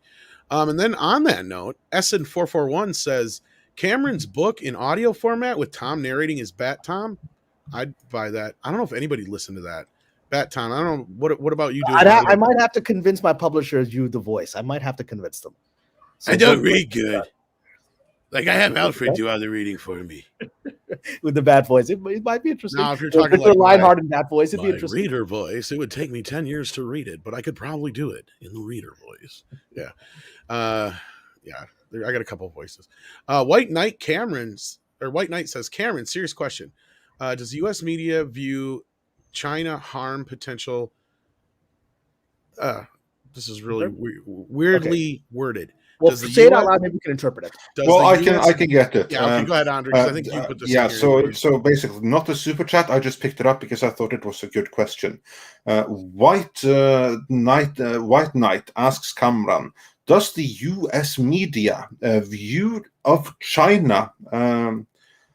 It was weirdly phrased. What he says is, does the U.S. media view of China harm potential political aspirations of Bob Iger? Yes, here we got it. So basically, what he wonders is, does the U.S. media's view of China harm the political aspirations of one Bob Iger, who at some point wanted to be president, but now he's really closely tied with China. I mean, there's even been rumors that he wanted to be the ambassador to China if all else failed, but now being so closely linked with them, with tensions rising, is that going to harm him for being such a pro-China guy traditionally? I think any political aspirations he had are finished. I don't think he's ever going to be even a candidate for president if that was his ambition. But in any event, definitely, I think the things like Shang-Chi and whatever were put in place because of a desire to assuage China, perhaps incorrectly. And I think we're having yet again a disconnect. The media doesn't seem to be anti-China, at least the mainstream media doesn't seem to be largely. It is the general populace that I think has a great deal of resentment towards China as they blame the Chinese government for the situation that many of us find ourselves in right now. And so that's a disconnect between the media and the populace. It's part of a broader disconnect of our culture, of the elites versus the populace, broader disconnect of the creators versus the shareholders and the purchasers of merchandising. So I think that because at the end user, the general public is becoming increasingly negative towards China and increasingly blaming them for the world events that we're all facing, I think that is the final seal on any ambitions Mr. Iger had to be a politician. The media elites don't necessarily know that, but they're going to find out, just like everyone's going to find out what's going to happen with Chapek. So they'll learn the hard way. Indeed. And I just wanted to respond to, it wasn't a super chat, but there was someone in the chat here who just said, well, I don't know, Cameron's books sound very political. Well, they are historical books, and they are an effort to show Islamic culture from its own point of view. But the one I think that is political is the Crusades one. But my friends who've read the Crusades book, particularly Christians who've read it, said they expected that it would be a Muslim diatribe against Christians because it's about the Crusades, and it is not. In fact, there's Christian heroes in the book, as well as Muslim heroes, Muslim villains, Christian villains. And they found it to be an incredibly balanced look at humanity which is what I try to be as a storyteller. I have my own personal beliefs, but what I try to do is try to present the opposite point of view and try to make characters authentic, which is not where a lot of Hollywood is right now, and can make me an outlier. So I think the fear that people project onto, well, Cameron's a religious Muslim, so he's got all these political agendas. And I think it's not a fair fear, because I'm very conscious of who I am and who my audience is, and of being a fair writer, which is not something that is very common in my industry right now. So I hope you'll give the books a read, and I think you'll be surprised to discover they're not some kind of screed with a religious or political agenda. They're about the human condition. Exactly, and also Kamran is a man who knows his history and isn't going to let any personal belief get in the way of actual history. So yeah, those fears are nothing that you need fearing. But we have a couple of other questions here. The one we can bring up on screen right now is the Seaman, who wonders, Kamran, how does, and we have to be careful in answering this, I know. how does Hollywood rationalize supporting the official beer bug narrative while it's decimating their industry? I mean, I've had this conversation with a lot of friends, and the problem is this: is we're all stuck in a narrative, right? Everyone, again, everyone is afraid of losing their job. Everyone is afraid of saying the wrong thing on the Zoom call. Every Zoom call I've had, I'm working on this project where I'm talking with the directors in the studio, and the first 5 minutes has to be like a religious mantra of Trump condemnation, of everyone's got to wear a mask, and all these dumb people aren't wearing masks. It's you have to go through a mantra before you even get down to business. So I sit there going, okay. So now about the project, right? So I let everyone say what they have to say, because everyone is just regurgitating what they think everyone else wants to hear, because they're so afraid of losing their jobs and of being, isolated, giving them the Trump moniker, which, is the kiss of death in this industry. And so, you are absolutely right. It is decimating our industry. The restrictions that are being placed on the people, again, especially in Los Angeles. One of my friends who is a major producer, he had an Oscar-nominated film recently, and he was very passionately believed the official narrative of events that are happening, and would argue with me. He supported Mr. Governor Cuomo as a hero, right? All that stuff. And I wonder how they're feeling today. Yeah, well, they've moved on, right? I mean, because not getting too political, Mr. Cuomo went down for alleged sexual harassment, not for killing 15,000 elderly people. That's the thing. I see it kind of like how Al Capone went down on tax evasion. Correct. But the industry covers itself. The industry won't blame him for that, because that would mean challenging this narrative that we're talking about, right? So they'll blame him for Me Too, but they won't blame him for the elderly people he killed, because that would mean questioning the narrative that was being presented to them. So, but that gentleman that I mentioned, that Oscar-nominated producer, I invited him to go see the Suicide Squad with me this weekend, and he declined, and he grumbled to me, "We have to wear these stupid masks again." The first time, this guy who's telling me you got to wear 3 masks, right? You got to take 4 vaccines, you got to do all that, right? Is now grumbling to me, I can't go to the theater anymore. Well, it's kind of like, when your mom tells you, yeah, as soon as you're done eating your ice cream, you can, watch a movie. And then she's like, no, it's time for bed. It's correct. Bullshit. That's you told me it's time I could watch a movie. It's like, well, I changed my mind. And that's what a lot of these people are realizing is, okay, so you told me if I did all this shit for a year now, everything would be better. Guess what? It's not better. So you're telling me I have to keep doing what I was already doing for that is basically like insane. Right, like that's where the definition of insanity.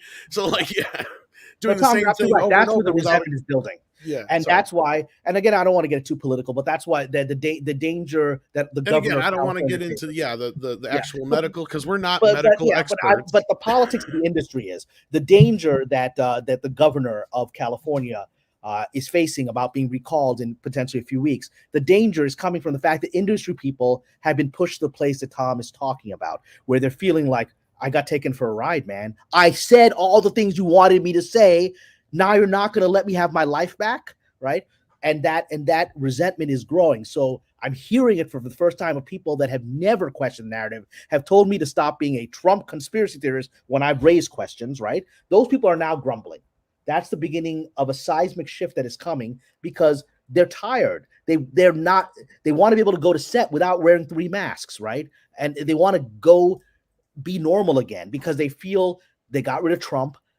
They went along with the official narrative and were virtuous, and they're getting nothing out of it. The industry is beginning a grumbling rebellion process. They just need to feel that they're safe to do it, right? And it will get there. We're in basically a mind control situation where we've all mind controlled each other. We have to get them out of it. It's going to take time. Yes, indeed. And we also have a couple of other questions here. Stephen Otten, he just points out, luckily for me, I don't look to Hollywood for advice. Let's just put it that way. See, we don't want to tick off any adults here, and they have the banhammer ready. Because they aren't medical experts either, just like we're not medical experts. You hear that, YouTube bosses? We're not giving any advice on this. Yeah, so we're not giving any advice in any way, shape, or form. Yeah, so you decide if you want Brazilian or not. And Sean the Movie Man 71 says, Kamran, love you, man. Question: why does the media talk about the failure of Suicide Squad but ignore the failure of Black Widow? Is it due to woke feminism? Okay, well, we're going to talk about the Suicide Squad a little bit. In fact, let's do it right now. Let's clear it right now. I've got about 20 minutes, and I've got to get ready for a lunch appointment. But that's all right. Yeah. Okay, but let's use this to transition into it. Personally, I don't think Black Widow is a failure. Certainly, it's not creatively a failure in my opinion. And it, under the conditions that we're all in, it did okay financially under the extreme conditions that we're all in, right? And so I don't think that it is a failure on any of those levels. But again, I think the issue of raising woke feminism, I don't think the movie is about woke feminism. Certainly, there may be the false presumption of people in the industry that Black Widow is a feminist movie, and they may be willing to talk about it in certain ways that they won't give to Suicide Squad. But you have to understand, James Gunn is beloved by the club, right? He's beloved by the industry club that I talk about. So he's not an adversary to the club. And Harley Quinn is very sexy and very beautiful, and she's actually sexually active in this movie, which we haven't really seen her before, right? And so I was surprised by that. I went with it. I was like, okay, Harley Quinn's having sex. I'm good with it. I'm going with it. With a man. With a man. And so I don't think that that's the issue. It was okay. He wasn't from the United States. He was a nice Latino man. He was very sexy. I think women liked him, right? So, but he was the bomb in Zorro, but yeah, sorry, carry on. It did. So I don't think that's the issue here. I think you have to understand as well that Black Widows, the conversation around it is being tied to this rebellion of the elites that we're talking about, which is the entire conversation in Hollywood is that Scarlett Johansson got screwed by this evil Caesar wannabe Chapek, right? And so that's where the conversation is. It's not about anything else because it's a tool in a broader effort of an elite group to retain its power. That's where this perfectly good movie has fallen into in the conversation, in my opinion. Now, let's get to the Suicide Squad because I've got about 15, 20 minutes. So I'd love to get into Suicide Squad. Have you both seen it? Yes. Yeah, I enjoyed it. I know opinions are divided, but I really enjoyed it. Same here. Especially King Shark. It's my new favorite character. Well, I mean, I was very dubious about King Shark because I've seen him on the CW's Flash, right? And it's kind of like cheesy, right? But it's actually, because Gunn is good at that. Gunn is good at taking these sort of non-human characters like Groot or whatever and making them very relatable. And they're all very childlike, and I think King Shark is very childlike, right? And so he's a lot of fun. And for me, as a huge fan of both Margot Robbie and of Harley Quinn, I think this is finally the chance to use her genius interpretation of the Harley Quinn character in a good movie for the first time. And it made me happy to see her character be in a movie that's worthy of it because, the version of the original Suicide Squad that we saw that was put in the theaters was terrible, but she ate up every scene she was in. And we all saw what happened with Birds of Prey. So it's good to see her character back. I mean, I enjoyed the film, but I agree with some people that her stuff could have been, for the most part, deleted as far as that whole middle bit, and it wouldn't have changed the movie at all. And I think what they deleted when she's in prison on the island. Yeah, I thought that whole thing. I personally I thought that was the best. I loved it, but story-wise, it doesn't serve the story. It can be completely deleted and it wouldn't make any difference. What I would have done is cut that out and release that as a separate short film to like lead into and tie up to the Suicide Squad to like promote the movie, because that part does slow the movie down. There's a lot of people that like, they agree, like, yeah. But as from a writing point of view, editing point of view, that part would go. But I do enjoy it, and that's why I said I would release it as like a separate thing on its own, like to tie into the movie. But other than that, no, I enjoyed the film overall. I had very few gripes with it. My least favorite character was probably John Cena, but we're supposed to hate his ass. I mean, other than that, I found it to be a really great James Gunn film. I don't like that people are comparing it to Guardians of the Galaxy, because I feel like it's more in tonal line with like Super and Slither and stuff like that than it is with Guardians, especially humor and, you know, all that kind of stuff. But other than that, I thought it was a great film. I understand those who don't like it, because it is definitely one of those movies like a Tarantino film where it's very stylized, and if you're just not going to like it, you're just not going to like it. Some people are griping about the violence, you know, and stuff like that. Super villains. I mean, what do you right? And I get it. You know, I'm not going to sit there and say that anybody's wrong for feeling that way, right? Okay. Well, I will. I mean, thank you for sharing that. I am of a different opinion than Tom with regard to that section of where Harley's really by herself in a prison. I personally love that. To me, that was because I love this character more than any of those other characters. I'm getting to know those other characters, and I think personally, I think it was wise. I think that if she had not been included, it would have left the audience, guys like me that went to see a beautiful Margot Robbie playing a crazy Harley Quinn, you know, we would have left it disappointed. So I was very satisfied with that. So I guess it's just about taste. Well, again, I enjoyed it. It's not about that. It's just that it doesn't serve the story. Yeah, it doesn't in any way, shape, or form. And you already got a movie that's over 2 hours long.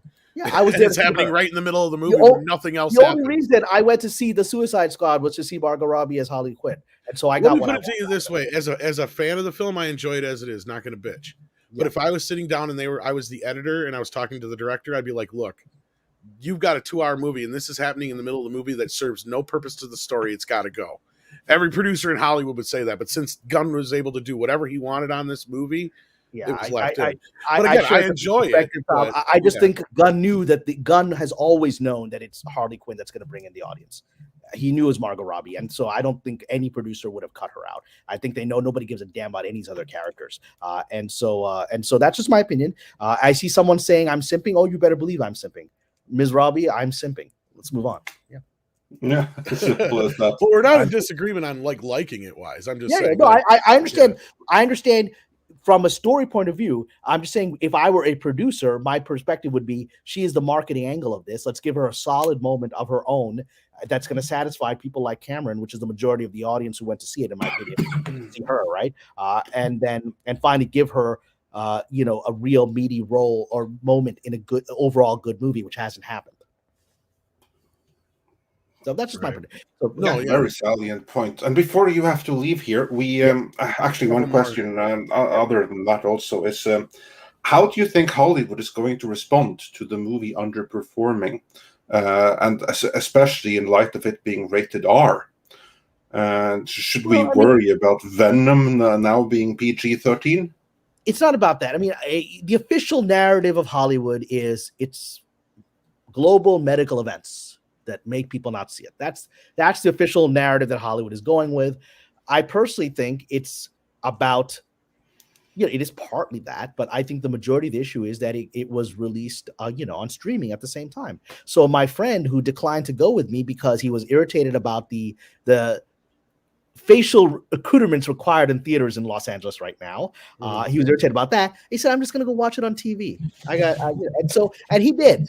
And that's money that was lost in the theater. And that's direct loss of $20 that he would have spent, right? A combination of how LA is handling these events and the fact that he wanted to see the movie and he liked the reviews and he saw it at home.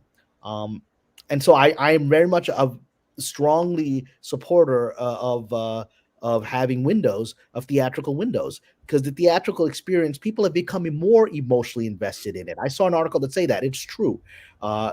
Theaters, when it was taken away from us, we realized what we lost, and we want them back. So take away the competition. you'll make more money and you'll still get the streaming revenue. But that's my view. Well, and I got a lot of shit because we wrote in one story a while back that the studios are going to learn that they need the theaters more than the theaters need them in the end. And it's kind of become that way again. And we just saw it. Warner Brothers has made their deal. That's a 45-day window. Funny thing is, Universal, the one who started this whole goddamn thing, they got the longest one. I think theirs is a 120-day window or something like that before it hits streaming now. Come with all this Good. stuff. Good. Yeah, God, it's like, good. yeah, and Disney, I think, is still doing the 45-day window or something like that too. And the rest of them are similarly falling in line. So yeah, exactly as I predicted would happen. And I said, this is what they should have just decided on in the first place. They should have just... They were experimenting. They thought that the audience, because we all want to be cool and digital, right? It's just experimentation. But again, this is people that are not seeing the future and understanding their audience, which is there's something sacred and unique about the experience of sitting in a darkened room with strangers. It harkens back to the archetypal experience of our ancestors sitting in front of a campfire where the tribal shaman told stories, right? It's within our DNA. And so people will not give up the theatrical experience. It is part of being human now. And there's a bunch of other sides to that, but we don't have the time to get into it because we only have you for a limited period. So I want to get to as many of these super chats that especially have to do with you while we can.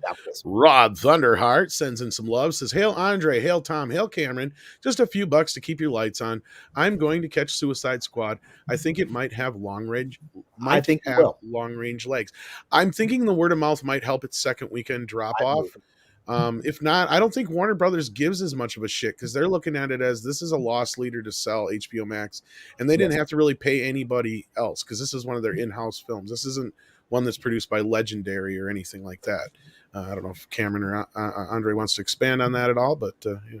No, I think you hit it on the mark. This is certainly the strategy. It's a tragedy. It's a tragedy. It's a strategy.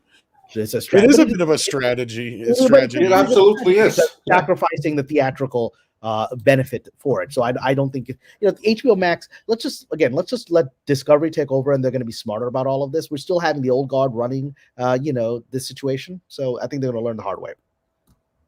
I do think Zaslav is going to be one of the best things that ever happens to him. But it's going to be Zaslav and Chapek that saves Hollywood. Yeah, absolutely. Michael Miller says Kathy's contract ends in the next 2 months, a month or two. I don't know about that because she'll be around as long as she wants to be around. She's there for Indiana Jones. That's at least. Certain. Yeah, and that's been delayed production because of the injury. Well, now they just moved to I can't remember where, but overseas somewhere. Well, Thanos. Oh, go ahead. It's not about her contract. It's about whether she has any power over the process anymore. The very fact that Lucasfilm is not mentioned in that article where they're listing all the rebellious elements that are facing Chapek within Disney means it's over. That part of the fight is over, in my opinion, right? And the media... It could very well be. Yeah, I think it's finished. There's enough problems that we're going to have ahead with Marvel and Pixar and everything else, right? I think she's done. Let her have her title. Let her have her awards. Well... executive producer emeritus for the next 10 years. It doesn't matter anymore. Right here's something that goes along with what Andre always points out is, Favreau's bringing in the Marvel guys. Yeah. Here we go. Taika Waititi is talking about his Star Wars movie already in Wired, which means, the Flash movie ain't happening again anytime soon. But hey. But to be clear, Flash Gordon. Yes.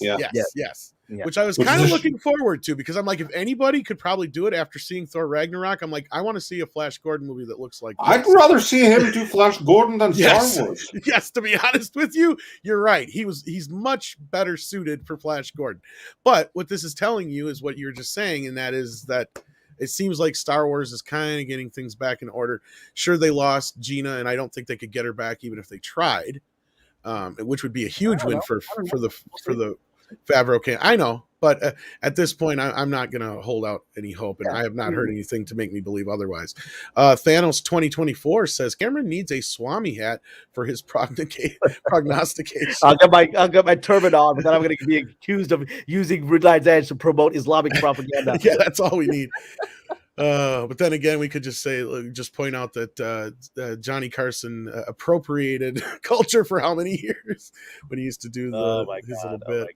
And then we got funny stuff.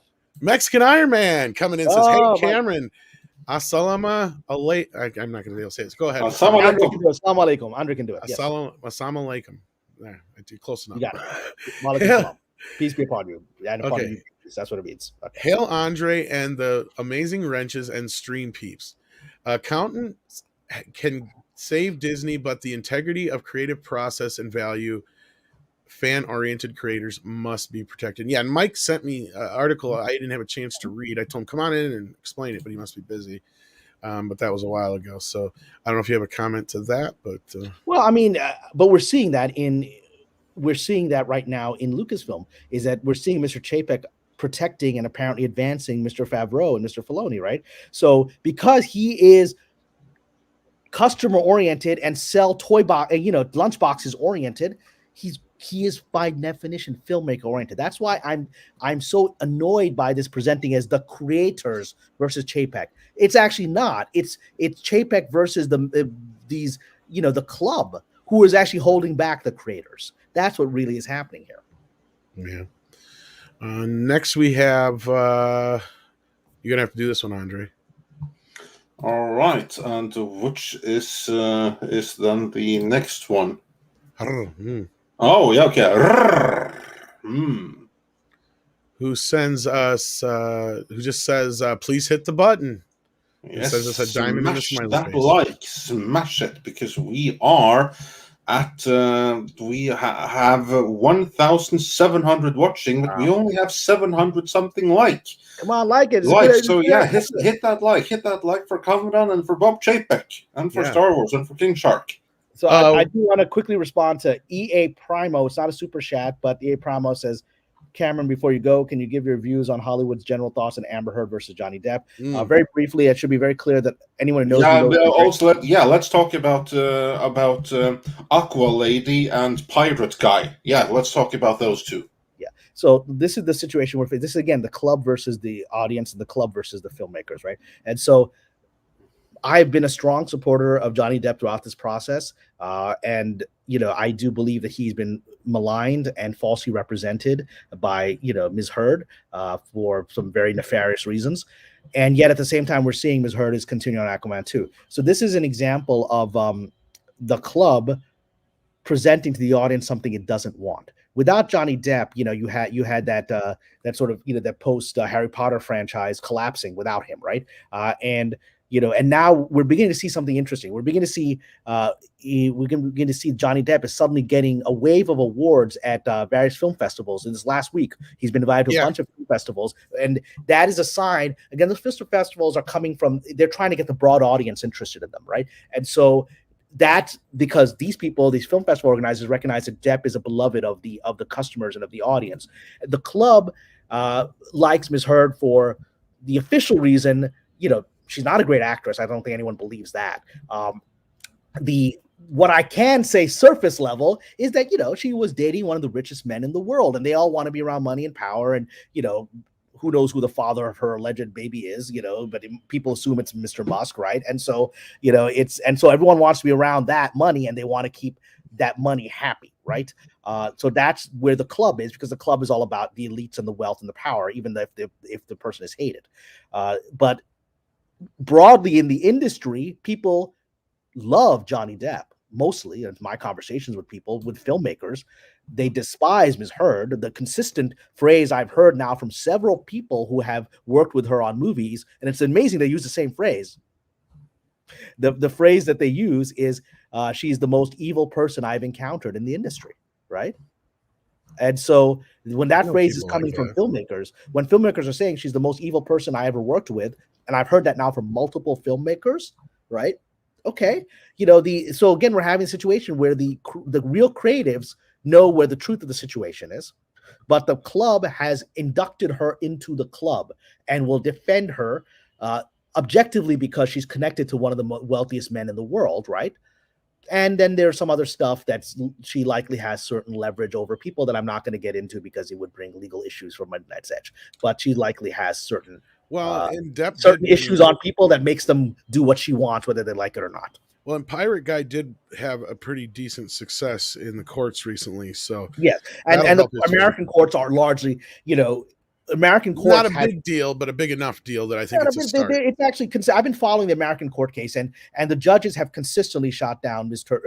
That's what I'm saying. Well, Ms. the more recent one that I'm speaking of anyway, unless something else has happened that I'm not aware of, and that was that she is being forced to disclose whether or not she sent the money to where the charity. We all know that she did. We all know she didn't.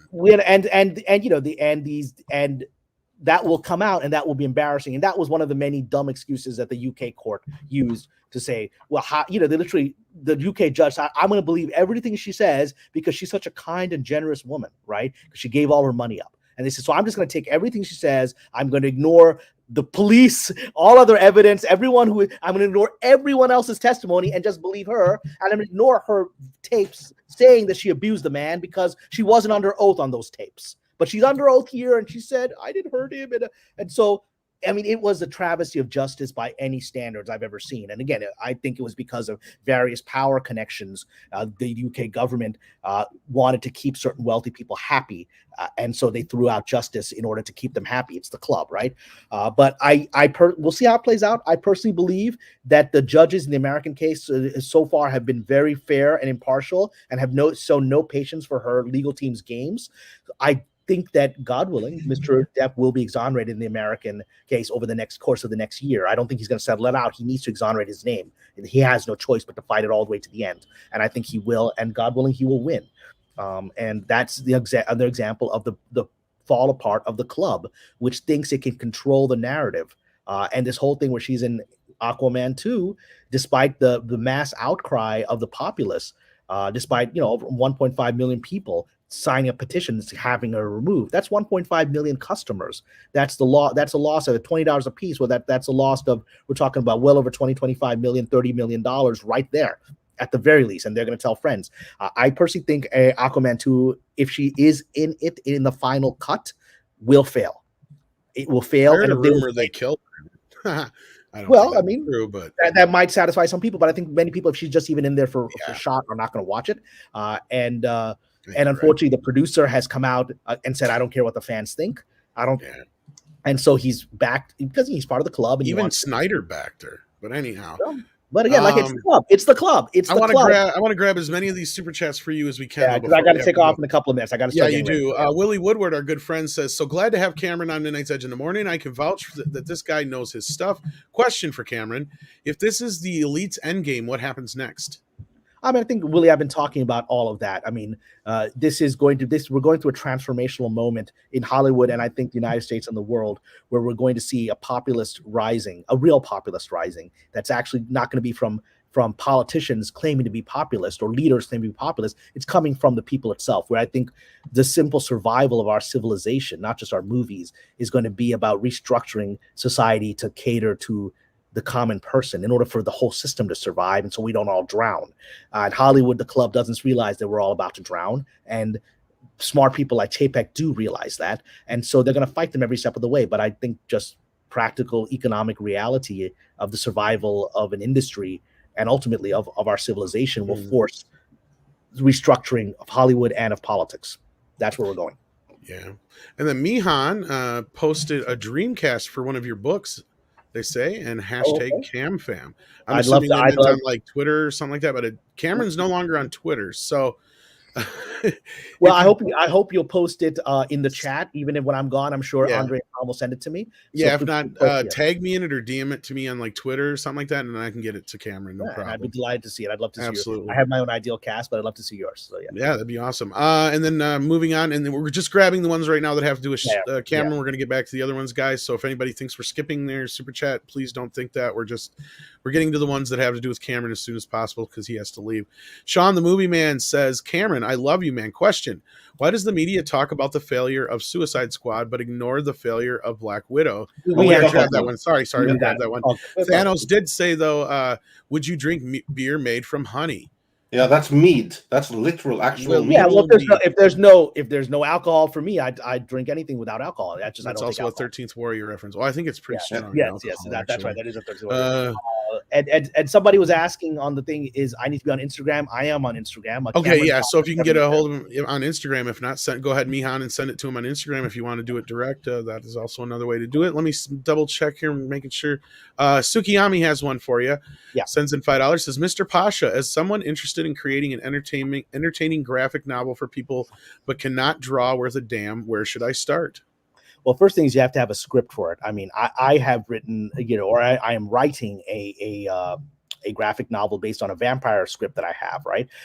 And I can't draw. And most graphic novelists, there's a separation between the writing and the drawing. And so I've actually talked to people who are graphic artists that I can work with who've done some mock-ups, which are very nice. So that's the process. Get your story and your script right, and then find a partner. You'll need a partner who will be the animator for it, or will draw the cartoon. So yes. And you can also hire out artists. There's several in the community, actually. Yeah, a lot. Please and they're reach very out. affordable, and they'll work with you usually pretty easily. John Cream has one for you here. Says, I just purchased the Crusade book by Cameron. After hearing him describe it, I think it sounds awesome. Thank you. I got to plug my book. Thank you so much, John. We I need to hope get you that like damn it. Amazon link up, Andre. It was Yeah, floating around thanks the for chat, reminding but me. it means a lot to me, John. I hope you like it. And drop me a note on Instagram, Kamran Pasha 72, if you'd like it. If you have any questions, There you go.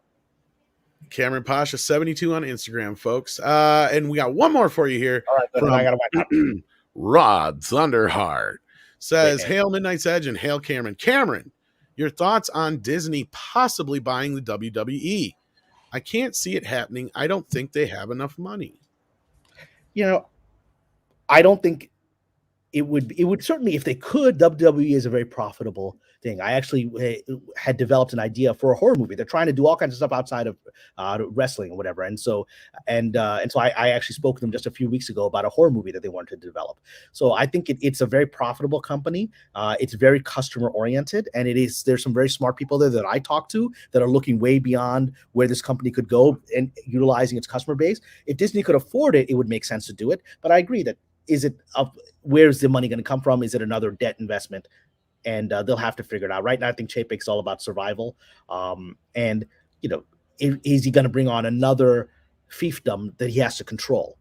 If they were coming under anything, it would have to be with him very much in charge, saying, "All right, guys, you do understand I'm the boss now, right?" That would be the deal. Yeah, probably. That's the only way I can see it, because I could see that as someone that's interested in increasing shareholder value and customer satisfaction, why Chapek would want to do that. I do see that rationale behind it. Yeah. But yeah, it's a matter of money, and that's not going to be an expensive investment. And can Disney afford that right now? Yeah, can he afford to start something like that right now? I think he has bigger fish to fry, or bigger fires to put out first before he can think of doing another major investment, not when they haven't made the Fox investment work for them. They kind of have to make that work before they can take on something even bigger. Yeah. I mean, Chapek has to fix all of the investments that Iger did, where he basically was like a drunken sailor buying all the stuff without a plan, right? And so he's got to fix all of that. Yeah, see, the WWE thing seems something more like Iger would do, to be like getting the boys on board. But I mean, again, I don't know much about it. I heard rumors about it, or not even a rumor. I guess it's something that's actually been out in the trades. Yeah. I don't see Vince McMahon selling it. Only way I can see him selling it is if his kids want nothing to do with it. And I don't know if that's necessarily the case, because he's always been one to keep it very close to the family as far as that goes. But with that, I don't know how much more time we have with you, Kim. Yeah, we have one question here also. We have one other one here. Your Muslim uncle says, are animated movies shows any easier to make under the radar? Could we see some of your ideas sooner, CD, if animated? I was approached to turn. I have a TV pilot about Scheherazade which is one of my proudest pilots. I was approached to turn it as an animated project. We actually did some demos for it. Ultimately, it didn't work out because of some things that were going on with the animation company that they couldn't move forward with it. But it is a way to do it. I believe, a beautiful. There's also all kinds of new technology where the animation is live action, but it's animation. All kinds of new fun stuff is coming. I'm very open to whatever will be work for the stories, but I'm a bit of an old-fashioned guy. If I can get my stuff made, as a classic television show or classic, film, that's my number one way to do it. But I'm open to whatever is meant to be. So we'll see how it goes. And I do need to start winding down. So I apologize if there's anyone whose chat I'm missing. If there's anyone who needs to reach out. I think we got all those super chats. But yeah, you were on Instagram. You were saying probably. Yeah, right now I'm off of Twitter. So reach out to me at Kamran Pasha 72 at Instagram. If you want to DM me, please be patient with me. I get a lot of DMs, and and if you send me a DM saying, "Can you please give us your opinion about the industry?" I got more time. I don't have time, right? I get those DMs. Don't send me that. I don't have time to answer all your questions about the world. I try to do that here. But if you have specific comments about some of the things I've said, I'm happy to see them. So thank you all. And Andre and Tom, thank you for your time. I apologize that I'm rushing, but I'm going to be late for No, absolutely. We have a meeting. That comes first. So again, thanks for joining us. Everyone, follow Kamran Pasha. Links are in the description. We can't wait to have you back on next time when opportunity permits. Well, hopefully, as you know, I'm traveling overseas. I'm hopefully traveling to Bulgaria in a few days, and my hope is when I get back from Bulgaria, we'll have some interesting conversations. As I said, next time when opportunity permits. Absolutely. All right, so we'll see you soon, sir, and we'll get to the rest of these super chats here. Don't go anywhere, guys. We're going to get on those right now. There's a lot more to the show. Yes, and smash that like for Kamran Pasha. All right, guys. God bless. We'll talk soon. Take care. All right, take care. Tom, since you have started the super chat, you now have a better overview than me because kind of, sort of. Carry on. I believe where we left off before is the Killer Stove, who says, "I know it's small potatoes with $10. Thank you so much for that. Sorry." Says, "I know it's small potatoes within the grand scheme of the company, but do you think we may see a new attitude manifest and crackdown on the Marvel Comics division?" Boy, that's on the comics side of things, I don't think they give a shit anymore. I think it's a lost cause. The only thing the comics do is promote ideas for IPs anymore, really. It's a pure IP farm. Yeah. So, no, I think that Marvel Comics are going to escape Chapek's overview and attempts at fixing anything. The only one that can fix them are themselves, because no one else cares until things are so bad that they shut them down altogether. So I think that's the one point when it's going to get Chapek's attention. It's like, oh, okay, so this is now below that threshold, huh? Okay, well, fine, then fire everyone and license out all the properties to IDW. Yep. Yeah, they'll do something like that before. And I've heard similar things about a possibility of something like that happening at DC too, so I wouldn't be surprised. It's going to come faster to DC, if anything. I mean, IDW, they just have to keep waiting. They're going to have Batman and Spider-Man before long. That's what I've been hearing. Yeah, that's kind of what I've been hearing, is because people are like, are they going to sell DC? No, they'll never sell DC. It's an IP farm, but what they will do is farm out the characters to IDW, like Andre was saying. Your Muslim uncle says, you already read that one? Yeah, this is the one we just got. I saw that he was requesting. We read that one. So, yeah. Okay, so Peter Smigelski, I think I said it right this time, if I'm not mistaken. $10 says, "I just rewatched Crazy Rich Asians, my wife's fault, but that movie received heavy criticism from China because the actors weren't pure Chinese. They were Malaysian or Chinese Americans." Yeah, the Chinese audience is very fucking fickle about things. And that's where, from the start, I was curious why Hollywood would even try to... Oh, I can answer that easily. I mean, they think there was money in it, essentially without white people. So that's the biggest thing. That way, it's already diverse and inclusive, and so it hits all of the Hollywood check marks. And the fact that it's offensive in many Asian countries, that of course is Hollywood doesn't take that into account. Indeed. And next we had, let's see here. Revcore says, the problem is I listen to Clownfish TV. They are stockholders and Chapek is a penny pincher. The holders aren't following him fully. Okay.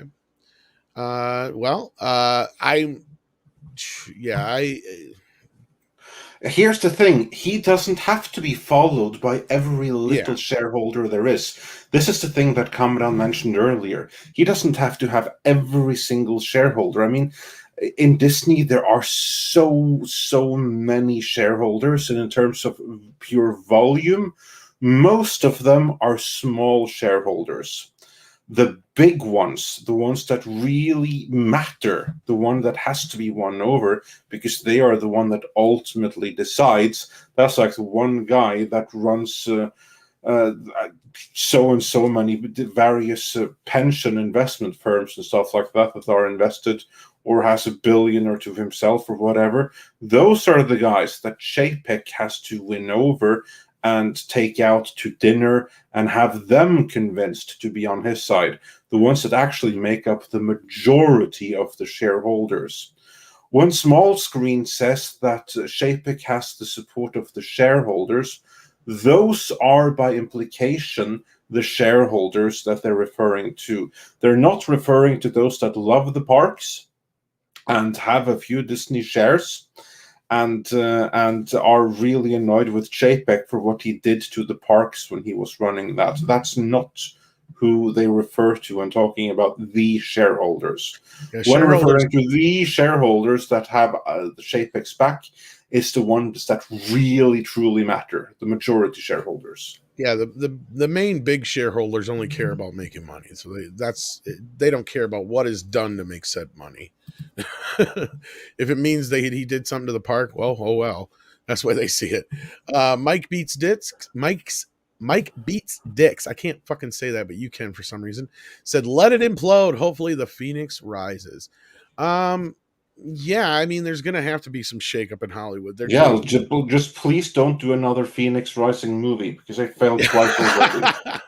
At least their Fox division did. Yeah. No shit. Let's see here. B. Jordan says, not looking forward to Shang-Chi, but hopefully Kung Fu movie with Marvel money will be popcorn fair. Inshallah. Inshallah. Inshallah.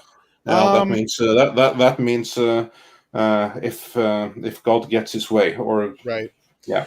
I didn't hate the Shang-Chi trailer. Of all the people we talked to, I think you were pretty just kind of meh on it, Andre. From I couldn't care less about it. The only thing that I liked about the most recent Shang-Chi trailer was that the Abomination showed up in it and he looked good.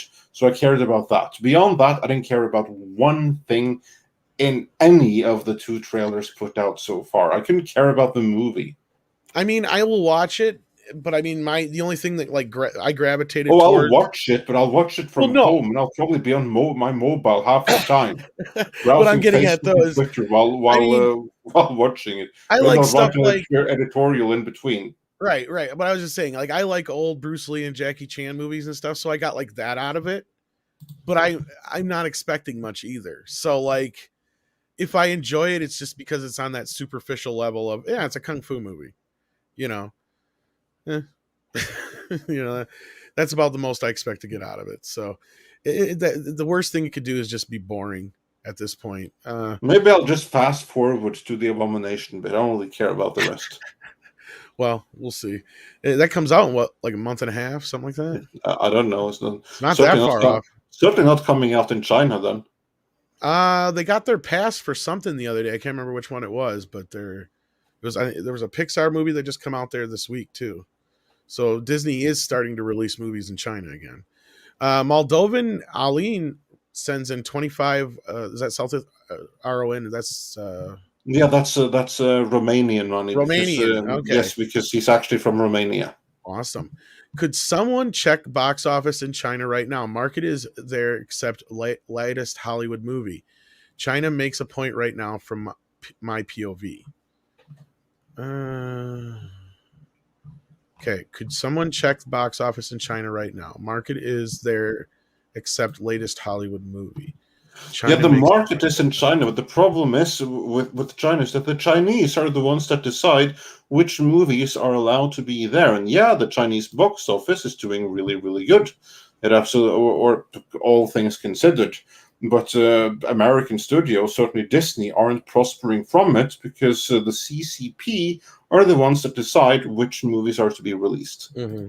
Well, like I said, I do know they just opened that Pixar movie that just came out or whatever that I can't remember the name of it, but it's about the sea monster thingy. Oh, that Luca. Yeah, they just released that there this last week, and I have no idea how well it did. I don't know if that's what Moldovian's trying to say here, is that they're not releasing the numbers on that. If that's the case, I have no idea. I have not had a chance to check into that, but I did hear that they did drop that movie, and one of the other Marvel movies just got a pass too, but I can't remember which one it was. I don't think it was Shang-Chi though. I can't remember which one though. I think it was Eternals. I don't remember. I'd have to look. I wasn't ready for that part of the conversation. So moving on though, sorry if we can answer that any better than that. Destiny Captain says, oh, did we read this one already? Yeah, that could be. We've done I think you double posted this one. I think. Well, I'll read it just real quick, just to be sure. Destiny Captain says, Clownfish has been following Chapek from the parks. Yeah, we got that one. Might be good to have them discuss. Okay, yeah, we've been trying to get them on here. They're not the easiest one to get on, but we'll try in the future, and hopefully we can work something out with them. This says, any thoughts on GTA 6? I'll be guaranteeing it'll have a female lead. My guess, this is where I wish I had Jesse here to ask. My guess is it's going to be a more of an open world online experience. I think they're going to build on the idea of Part 5 because Part 5 he's huge online still. So I think you'll have the choice. I think you'll have probably a similar thing to 5 where you have like 2 or 3 main characters, one of which will probably be female at this point. But then they may even have it. You never know. We might get to that point where you can almost completely design your own character within the game. Because you can do that online, but anyhow. What do you think, Andre? I know you're not much of a gamer. It's not on the Sega Mega Drive. Yeah, I don't know. Grand Theft Auto, that's where you go and beat and kill everyone, right? Yeah, you've never played it, have you? At least not in any... No, never. I think it might be cool, though, if you have like a female lead in it. If you're like a female gang leader that goes and smashes the place up. Sounds cool, unless you are like a really, really woke activist going around being an activist. If it's like, actually, that could be cool too. I mean, if it's like the Antifa edition, maybe that would be cool. The Antifa edition. Yeah. Well, that's the thing is they have very little. Go and create your own free zone in the Northeast. We know very little about it, and I think we're a couple of years off yet. But that's where I wish Jesse. I know he's working right now, and he's not even in the chat now, probably. But he's probably listening. He's like, "Son of a bitch!" It's like I know this stuff. Yeah, he knows all this stuff. But I'll ask him. Actually, check into Mead with us tomorrow night and ask that question, and then we'll definitely try and answer that better for you. He knows all that stuff. He's the gamer. Then we had, let's see here. B. Jordan said, Shingon. Hey, Paulie. Well, sorry we missed that when Paulie was on here, but he might still be in the chat listening, so maybe he heard that. Michael Savitar, 7 says, what is that? CZK. Is that Czechoslovakian money? Yes, that's chess. Chess krona. Nice. I think the Avatar sequels are exactly what the film industry needs. The king of the sequels making a sequel to arguably the biggest film in history. Cameron won't let Disney mess with his saga, and they can't afford to. Thoughts? Well, I respect and appreciate your enthusiasm for the franchise, but I feel like you're one of the few random people who has any more enthusiasm left for the franchise aside from Cameron. If Avatar 2 does really, really well, I will be surprised. I think that this is not a Terminator situation so much as it is just Cameron getting lost in his world of blue people. I enjoyed Avatar for what it was, and I think a lot of people did.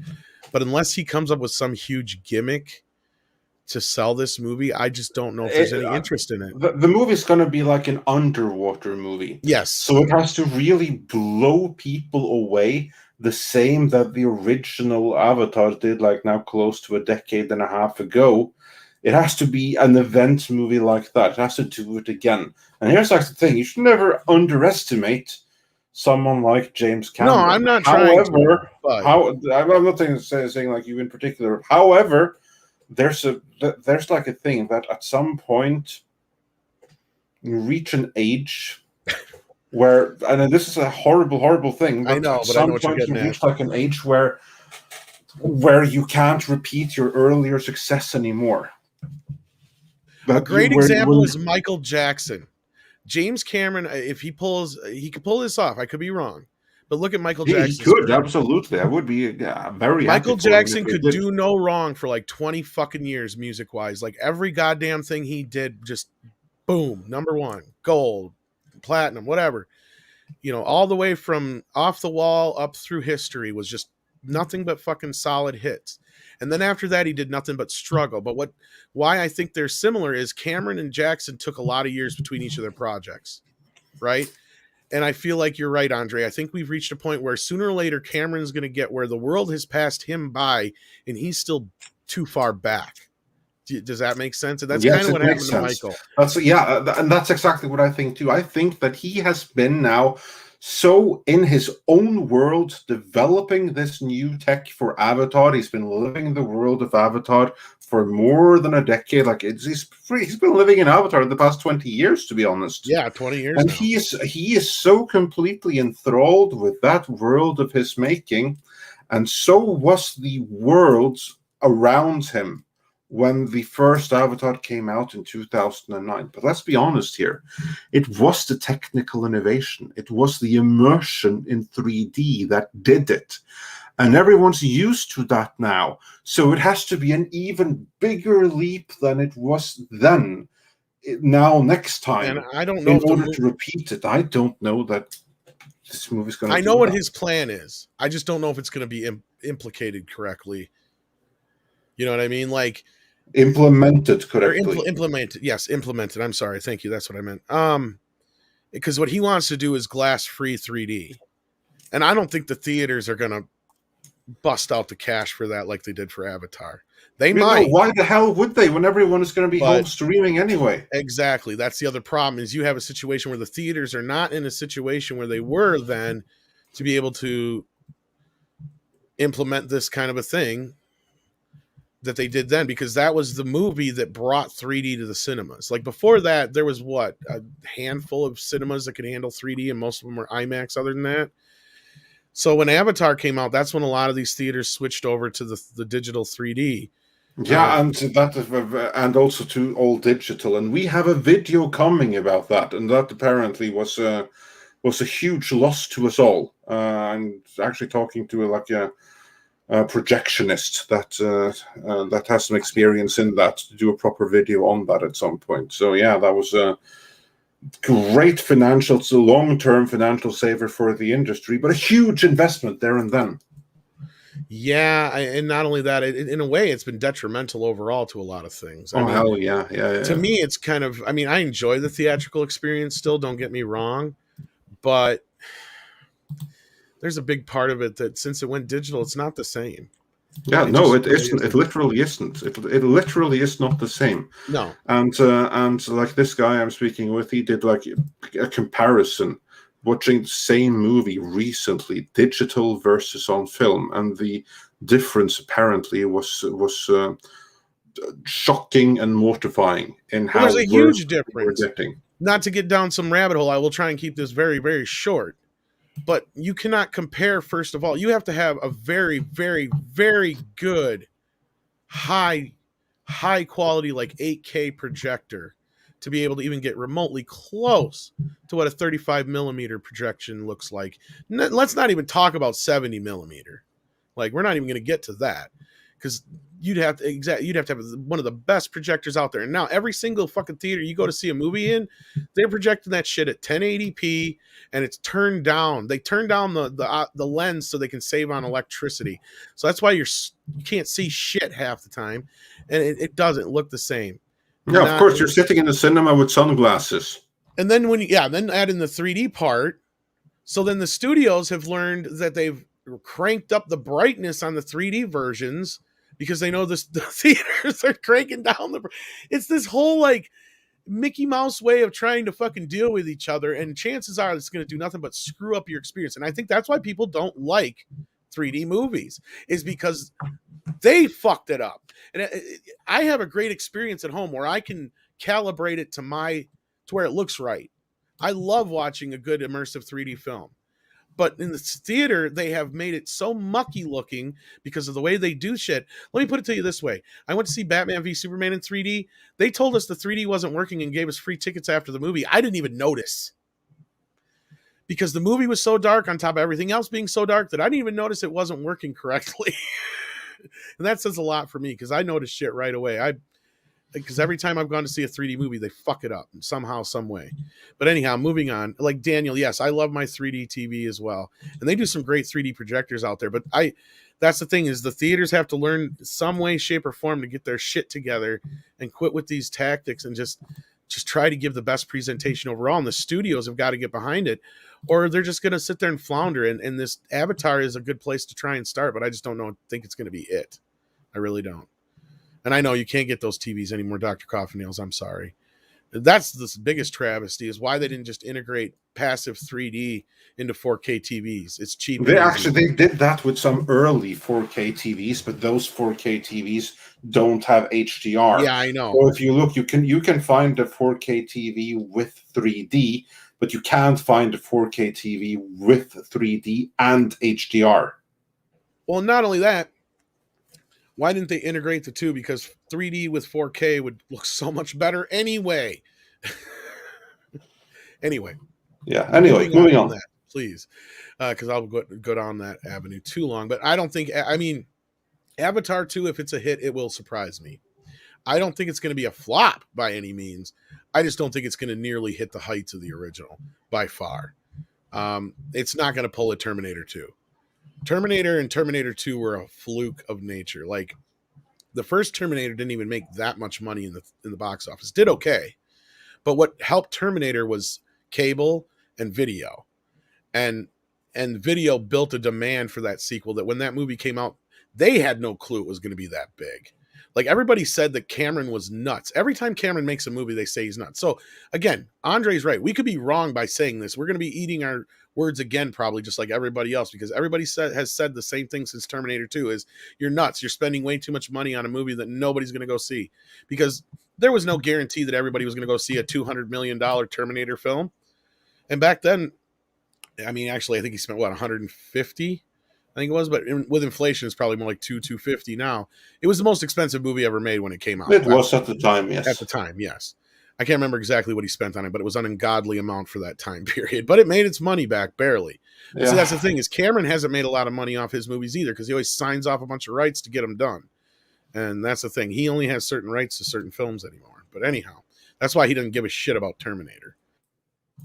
No, yeah, absolutely. Yeah, he admitted he lied and said he condoned them just for his friends. I just know that the inflation, it's like 200 some million now. That I know. Yeah. But I'm gonna believe that quote there, and we're gonna move on. Yes. We read that one.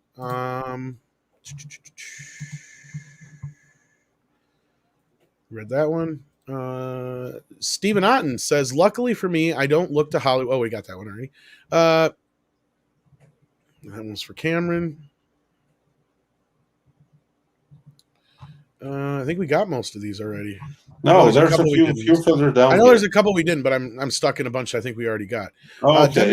Fine. Demi Moore's Tapeworm. I don't think we got this one, though. Says, you be careful with that one. I'm not going to read this one too out loud.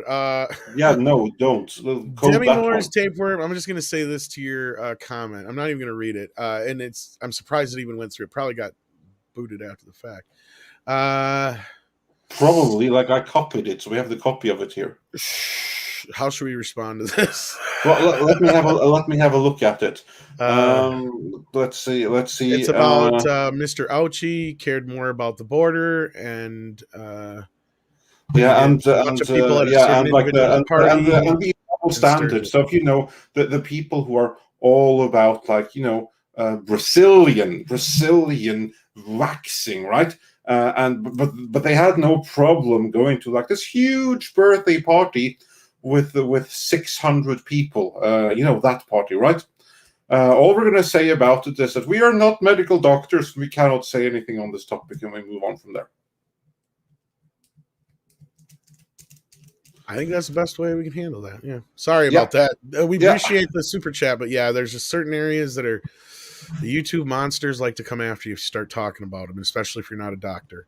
Yeah. And the exact same thing goes for Action Coms next super chat. So yes, thanks for that. Didn't we grab that? We are not medical doctors and all that jazz. I think Cameron kind of addressed that anyway. Action Com. So we appreciate the donation, but we don't want to get in trouble. Yeah. Our good buddy Douglas Nelson, though, comes in with a super chat. Says the Peacemaker series should make Weasel his sidekick, since I imagine King Shark would be unavailable. That's not a bad idea, but I don't think that's... I have to say, I'm really disappointed that Weasel lived. I really enjoyed the way that he died. I knew he was alive. I knew he was going to live. Movie death, you know what I figured was going to happen? Fake out. You know what I figured was going to happen? No, do share. I figured what was going to happen is, like, since he's like, oh, he's dead. It's like, bullshit, he's dead. He was only in the water for like a minute, if that. Like, something's going to fly off and hit him in the chest when everybody else is fighting, and he's going to come back. Like, all the water's going to spit out, but they just saved it for the end. So it was kind of like, for me, by the time it happened, it was kind of like a little extra laugh. Because I was waiting for that, like, a piece of debris just go flying and hit him in the chest, or something like that, and wake his ass up. Because I'm like, they didn't even try half-ass CPR on his ass. Well, who the hell would want to do that? I don't blame him. I don't blame him either, but at least you could do is bang on his chest a little bit, see if you can get the water out of his lungs. That's figure all he needed.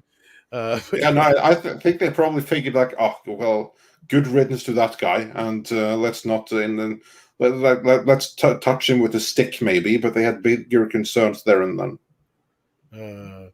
So anyhow, I don't think that's a horrible idea, but I don't think that's going to happen because that'd be too expensive. My guess is John Cena is going to get a very strong, powerful Whammon as a co-star, if you have to ask me. That's just a hunch. We got that one from Sukiyami. Thank you for that. We got the Mead one. We got the Rod Thunderheart one. Thank you. Xenobit says, modern Disney reminds me of what happened to Carlco Pictures.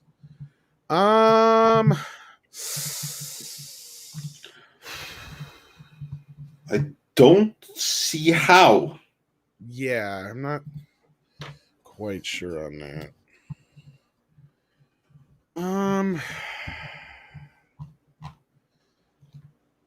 Because I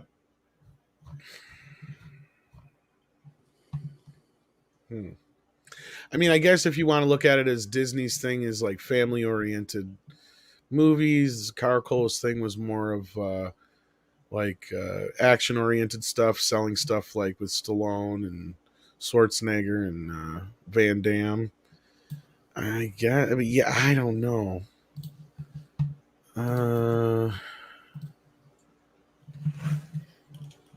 Because they went through corporate restructuring and all kinds of other things.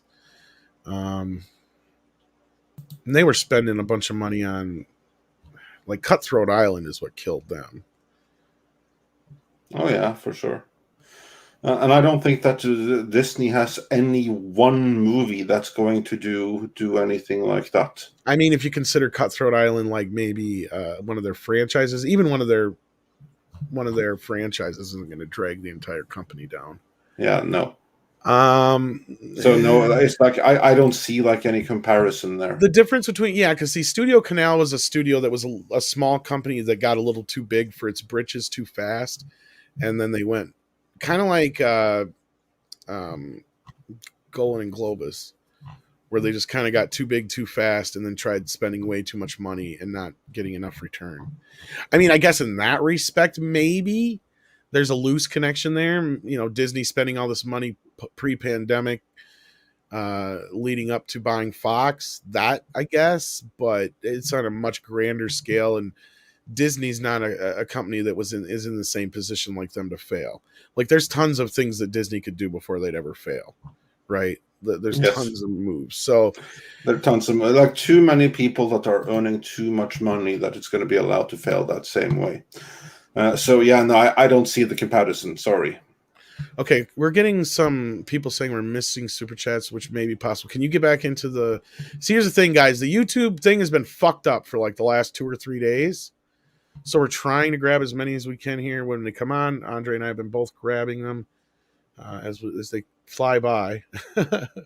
So we're trying. I don't know if you're missing some too. I'm probably missing a few. We're trying not to.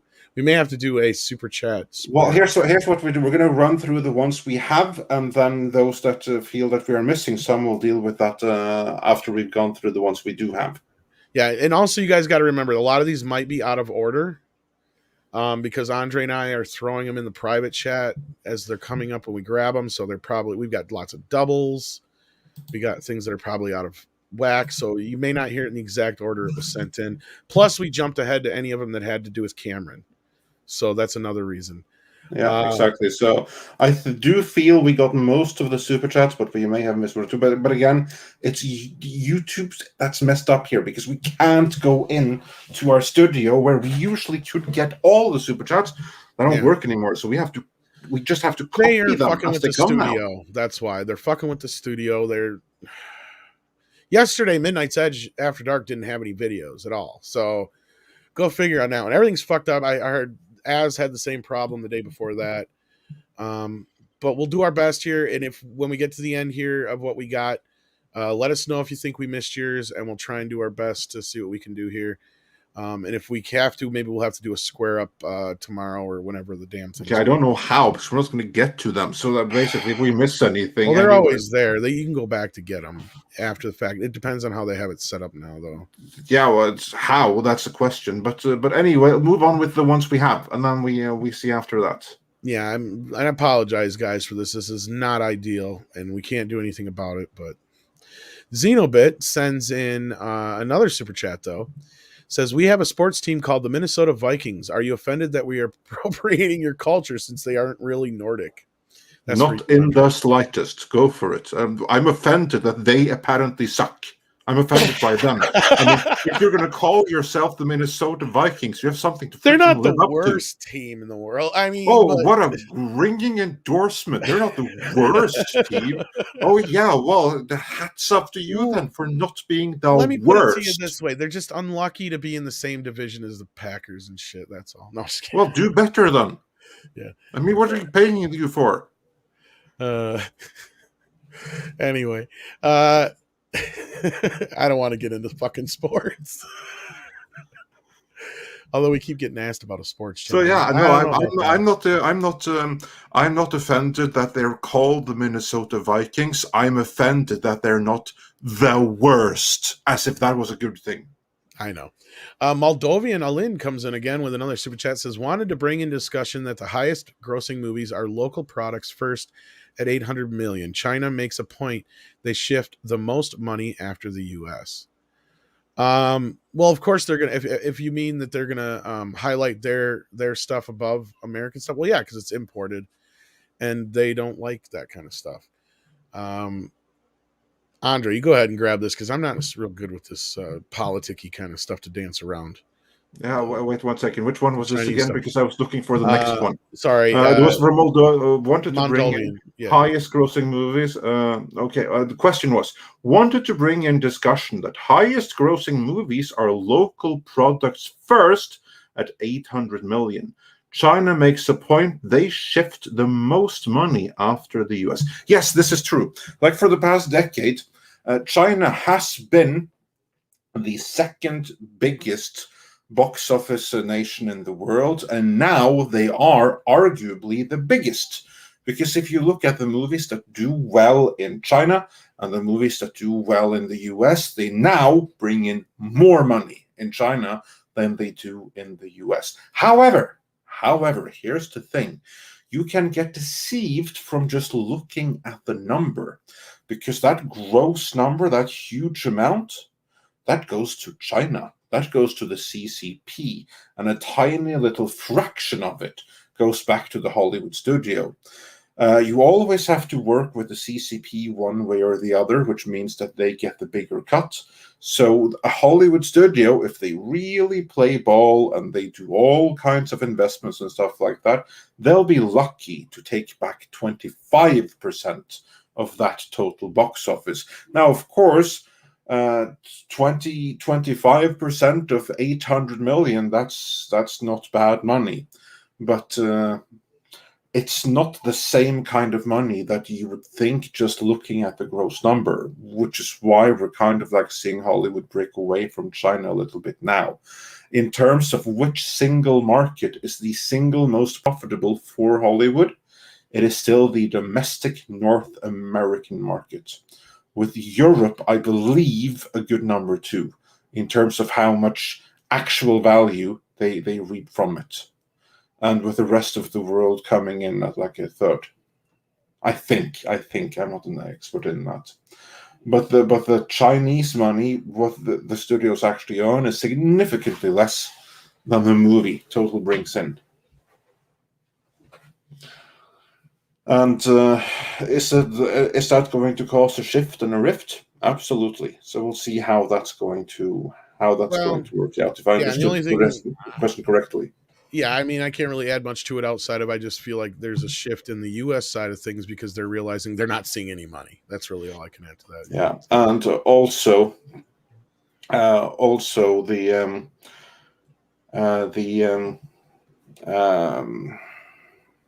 the political tensions are rising, and that's also going to make matters worse. So that's also a factor there. Without getting too much into that, but it's a factor. Michael Miller says we missed his super chat. Rumor Kurtzman's contract isn't signed, and Kurtzman can't jump the gun announcing the force their hand. Well, it's just a rumor unless you got something else. It was pretty official announcement. So, well, here's like the thing that it was announced in the trades, but it's something that came straight from Kurtzman's camp. The interesting thing is that apparently it hasn't been reiterated by CBS or even appeared on StarTrek.com, which I tend to believe is probably just a delayed effect. I very much doubt that we're suddenly going to get a counter message. Oh, Kurtzman isn't signed after all, but we'll see. I don't believe that, unfortunately, because it's all happened the same time as all these other contracts are being done. So it's just, to me, the bigger thing is to look at it as look at how much Matt and Trey. You know what I think it may be? I think it's exactly the same thing as the Kathleen Kennedy situation all over again. You'll remember when she was renewed in 2000, and I think it was 18, something thereabouts. She was renewed. No one wanted her renewed because this was in the aftermath of The Last Jedi. Disney knew that this wasn't going to sit well with fans, so they never actually announced it. But it still made the trades, and it made the trades because Kathleen Kennedy's camp leaked it to them. I think probably that is what has happened here. I think that Kurtzman learned that the CBS is going to make from like Cheeks and other people where they didn't say they were from, so they had to be direct quotes. Yeah. So like that's what I'm saying. Like this is a done deal. I don't believe that it's a done deal too. I think you can try to look for things and everything, but I think it's pretty much a done deal. I mean, Variety isn't going to run it on a rumor. No. And again, this goes along with stuff like us and Kadish and other, even Cameron and other people have pointed out before. This is all about quantity instead of quality. They don't give a shit. The only thing I guess now Emma Watts was really getting at, if I have to take a guess, was that we ain't giving you this big bunch of money you had before. Like she said that the ceiling on these were X amount, and guess what? His 6-year contract is that X amount, which is funny. So I mean, I don't know if that has anything to do with it necessarily, but I feel like they're just coasting on Trek right now, and whatever other sign tracks that are ironclad with like other people, who knows? I just don't feel like they were going to make a big deal out of it. That's the only reason it's not like a big deal in the press as far as Paramount / CBS's side of this, but they sure are making a big deal out of the Matt and Trey deal. So, I mean, to them, they just want you to pay attention to that and not the other, I think is more or less what it is. Yeah, like Victus says here, Kurtzman's just good at churning out shit. That's all they care about. Yeah. But anyway, moving on then, we had another super chat from Xenobit who said, do you think in 2030 Disney will start doing animated versions of live action movies based on the animated movies, creating a reboot Inception? I get your question. I'm going to say maybe. I actually think that's very likely because I know what he's asking too. The thing is that then you already have some kind of brand franchise that has like some kind of value, right? By that time, the physical media is gone. They can completely control all for previous versions as who gets to see them, and make sure that you don't really have access to earlier versions, so that people have memories of something coming before. Then you can put out a remake, reboot, even animated, and sell that as a big thing, although it's version number like 5 or something. Remake. Yeah, I honestly wouldn't be surprised. I wish it was Not in the case, least. but I wouldn't be surprised. Especially if some technological advance comes along, definitely. Michael Miller then adds in, the problem is Trek is heading fast into public domain. I'm not so sure on that. The Trek's got a ways to go before it's public domain. Yeah, that's and there are ways sure around that for huge studios and everything like it's that. So got I a wouldn't, good, like I think 50 years or so before that happens. Yeah, I would not count the days for Trek to be public domain, so you can get like proper fan flicks and stuff. I'm not counting days for that. I got a tornado warning. Oh, really? Yeah, that takes over your phone, even if it's turned down. That's crazy. Okay. That's what that noise was. It's like my better lock in then. It's just a warning, not a watch. I think a warning is just like, I think a warning is the lesser of the two, if I remember right. Anyway, moving on. Let's see here. Where were we? We did that one. Your Muslim uncle says, or asks, should I say, any of the crew headed to Vegas, Norway, Midnight's Edge Con ever? First answer, not likely. I was going to try and find a way to get out there for a few days, but it's not looking like it'll happen. But as far as Norway, Midnight's Edge Con, I don't know. Do we have a big enough audience over there to pull that off, Andre? Well, I think we have like 10 people or something watching in Norway, so yeah, I'm sure I can like pull off like a meet and greet over a beer or something. I don't know about convention beyond that. Yeah, I mean, you could probably do like a meet and greet. That I could see. Yeah. I'm sure we'll try to get to something here soon. It was try to bring in Sweden and Denmark too. Now we can fill a room. There you go. Yeah, then you might be able to do something. But even still, that's probably more like a meet.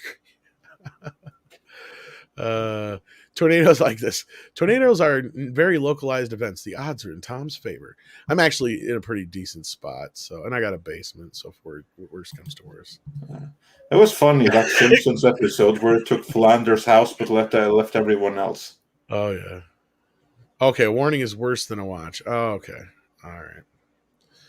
I'm not too worried about it yet. I don't even know if it was for my main area. I have to look again here. Extreme alert. Okay. I got about 20 minutes before it's done. I'm surrounded by bluffs and shit. I'm not too worried.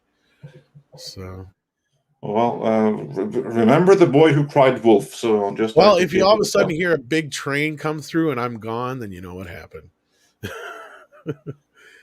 It's better to burn out than to fade away. When do I worry, 6? I got so much shit to worry about. Stuff like this is like, I'll worry about it if it happens.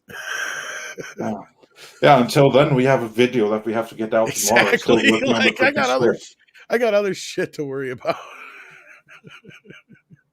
Let's see here. We got that one. We got that one because it's double posted. Xenobit asks, since you're a fan of Conan, oh yes, Sadie, I know you got to go potty. Since you're a fan of Conan the Barbarian, did you watch the Conan series that ran on TBS for 10 years, Andre? That ran on TBS. Now, Tom, which channel is TBS, and which TBS Conan series was that? One of Turner's broadcasting, and I'm assuming that because I'm imagining it has to. It's definitely Conan the Adventurer, but was it Conan the Adventurer, the live action? The live series, action one, I'm imagining. It. In case the live action one, I have not seen every single episode. I have seen a few episodes. I would have liked to have seen all the episodes, but I will never be able to see all the episodes for one simple reason. They're unwatchable. Simple as that. It's a worst of 90s sword and sorcery, which is basically the Cena and Hercules model. And when I say Hercules, I don't mean like any cool Hercules movies from back in the 60s and 70s. Yeah, you're talking about Xena and Hercules, the Adventures of whatever that were. Yeah, exactly. That and I was thing, thinking like that's that, the one, yeah. With that dude. And this is Conan in that image. And it's an absolute travesty. And the guy who even plays the happy and cheerful Conan that is very proud to take the very worst of the Schwarzenegger movie I have nothing but love and respect for. And even Ralph Mördler as Conan just looks ridiculous. He doesn't have the face for it. His hair is all wrong. His body is all wrong. So it's just a freaking mess. So, yeah. And then Paulus Plain, my countryman, says for 500 Norwegian krona. Whoa, thank you so much. That is a hefty donation right there. Tom, and now for something completely different. The Sydney Opera House is completely different outside to inside. The Norwegian Oslo Opera House, the Glacier, isn't. The design language is the same. Andrea, and a good screensaver, good stories matter. Yeah, actually, that's a good catch, Paulus. The image that we have in the background here, that's actually the Norwegian Opera House, the one that is designed in the image of a glacier. It's just that we up the contrast to the maximum and everything. But yeah, the image that is back here, that's the Norwegian Opera House. And Xenobit was talking about Conan O'Brien. Oh, that dude. Yeah, okay, actually, so, I did see him in. But I think you can understand our confusion. Yeah. Since Andre, yeah, okay. Conan, that's a channel that I certainly don't know. I'll tell you right now, Conan deserved a lot more than he got. I think him getting sent to TBS really ruined his career. Let me get to the question again initially. Where is it? What I will say is that actually there was like a time, I think we still do. No, we got like the said American Conan the Barbarian. He's fucking with us. Yeah, okay. In terms of Conan O'Brien, though, actually, I have no idea which channel it's on in the US. Oh, he is on TBS. He is on TBS, yeah. But I think they just ended his contract or whatever. I don't know if it's still on. But that's when I lost kind of watching the show. I mean, I thought he was pretty good. But Duroan sends in 10 euros and says, just got back from holidays. You know these QR codes they give you when you get jabbed? Well, I got the jab, but none of my codes work. So I wasn't let in many establishments in myself. Well, that's sad. Well, that's really that's sucks. Messed up. You should probably get so then you basically you've done the sacrifice, but you're not getting the benefits from it. I mean, what's the point of the mark of the? Never mind that. If you can't even take advantage of it, so yeah, yeah, that sucks. I don't want to get into that's fucked up. Well, hopefully you can work that out, man. Yeah, good luck. Good luck with that. Absolutely, good luck with that. Yeah, it was better back in the old days when you had like physical papers. Well, they do here, worked. But even still, they haven't really required you to have them here yet. And I guess O'Brien's going to HBO Max. Well, that's good for him, I guess. At least he's still working. And with that, we are caught up on the ones we have. Now, if there is anyone that feel that we missed a super chat, super chat. I'm sure we have, and I feel if we missed one, we are really, really sorry about that. But YouTube really is messing with not just us, but really, honestly, everyone, because we can't get to the super chats in the studio. So if we missed anyone, then let us know. And if not, worst comes to worst, we'll just have to go back and check when we can, and maybe when we can. Then we have get them on Friday morning or something. That's if this is sorted out by Friday. Yeah. I don't know what the hell they're doing. I know they're messing with the studio. That's probably why. Because, Yeah. like I said, my videos weren't even showing up yesterday. I don't even know if they are yet. I haven't looked. But I don't see anybody. We didn't get one from Murharo. You're just goofing with us, right, Murharo? Yeah, he's just yeah. Afurim is just goofing with us. Okay, is that how you say it? Yeah, it's Cyrillic, so it's Afurim. Yellow Flash has been copying and pasting. Yeah, I know. Well, that's what we've been doing too. Yeah, I know. That's why we may have missed some because they go. And that's so also back. like we're halfway off our game too, because like in addition to like keeping and we can't copy from like the image here, so we have to have like an other open window with the thing, and then we have to like copy from there into the private chat and try not to put it in the public chat. I missed that up once or twice, but yeah. Yeah, and even Olaf is saying like Yellow Flash and Clownfish were having similar. Yeah, hopefully anybody isn't having that many problems with it, but yeah, we've all been experiencing it, and it really sucks.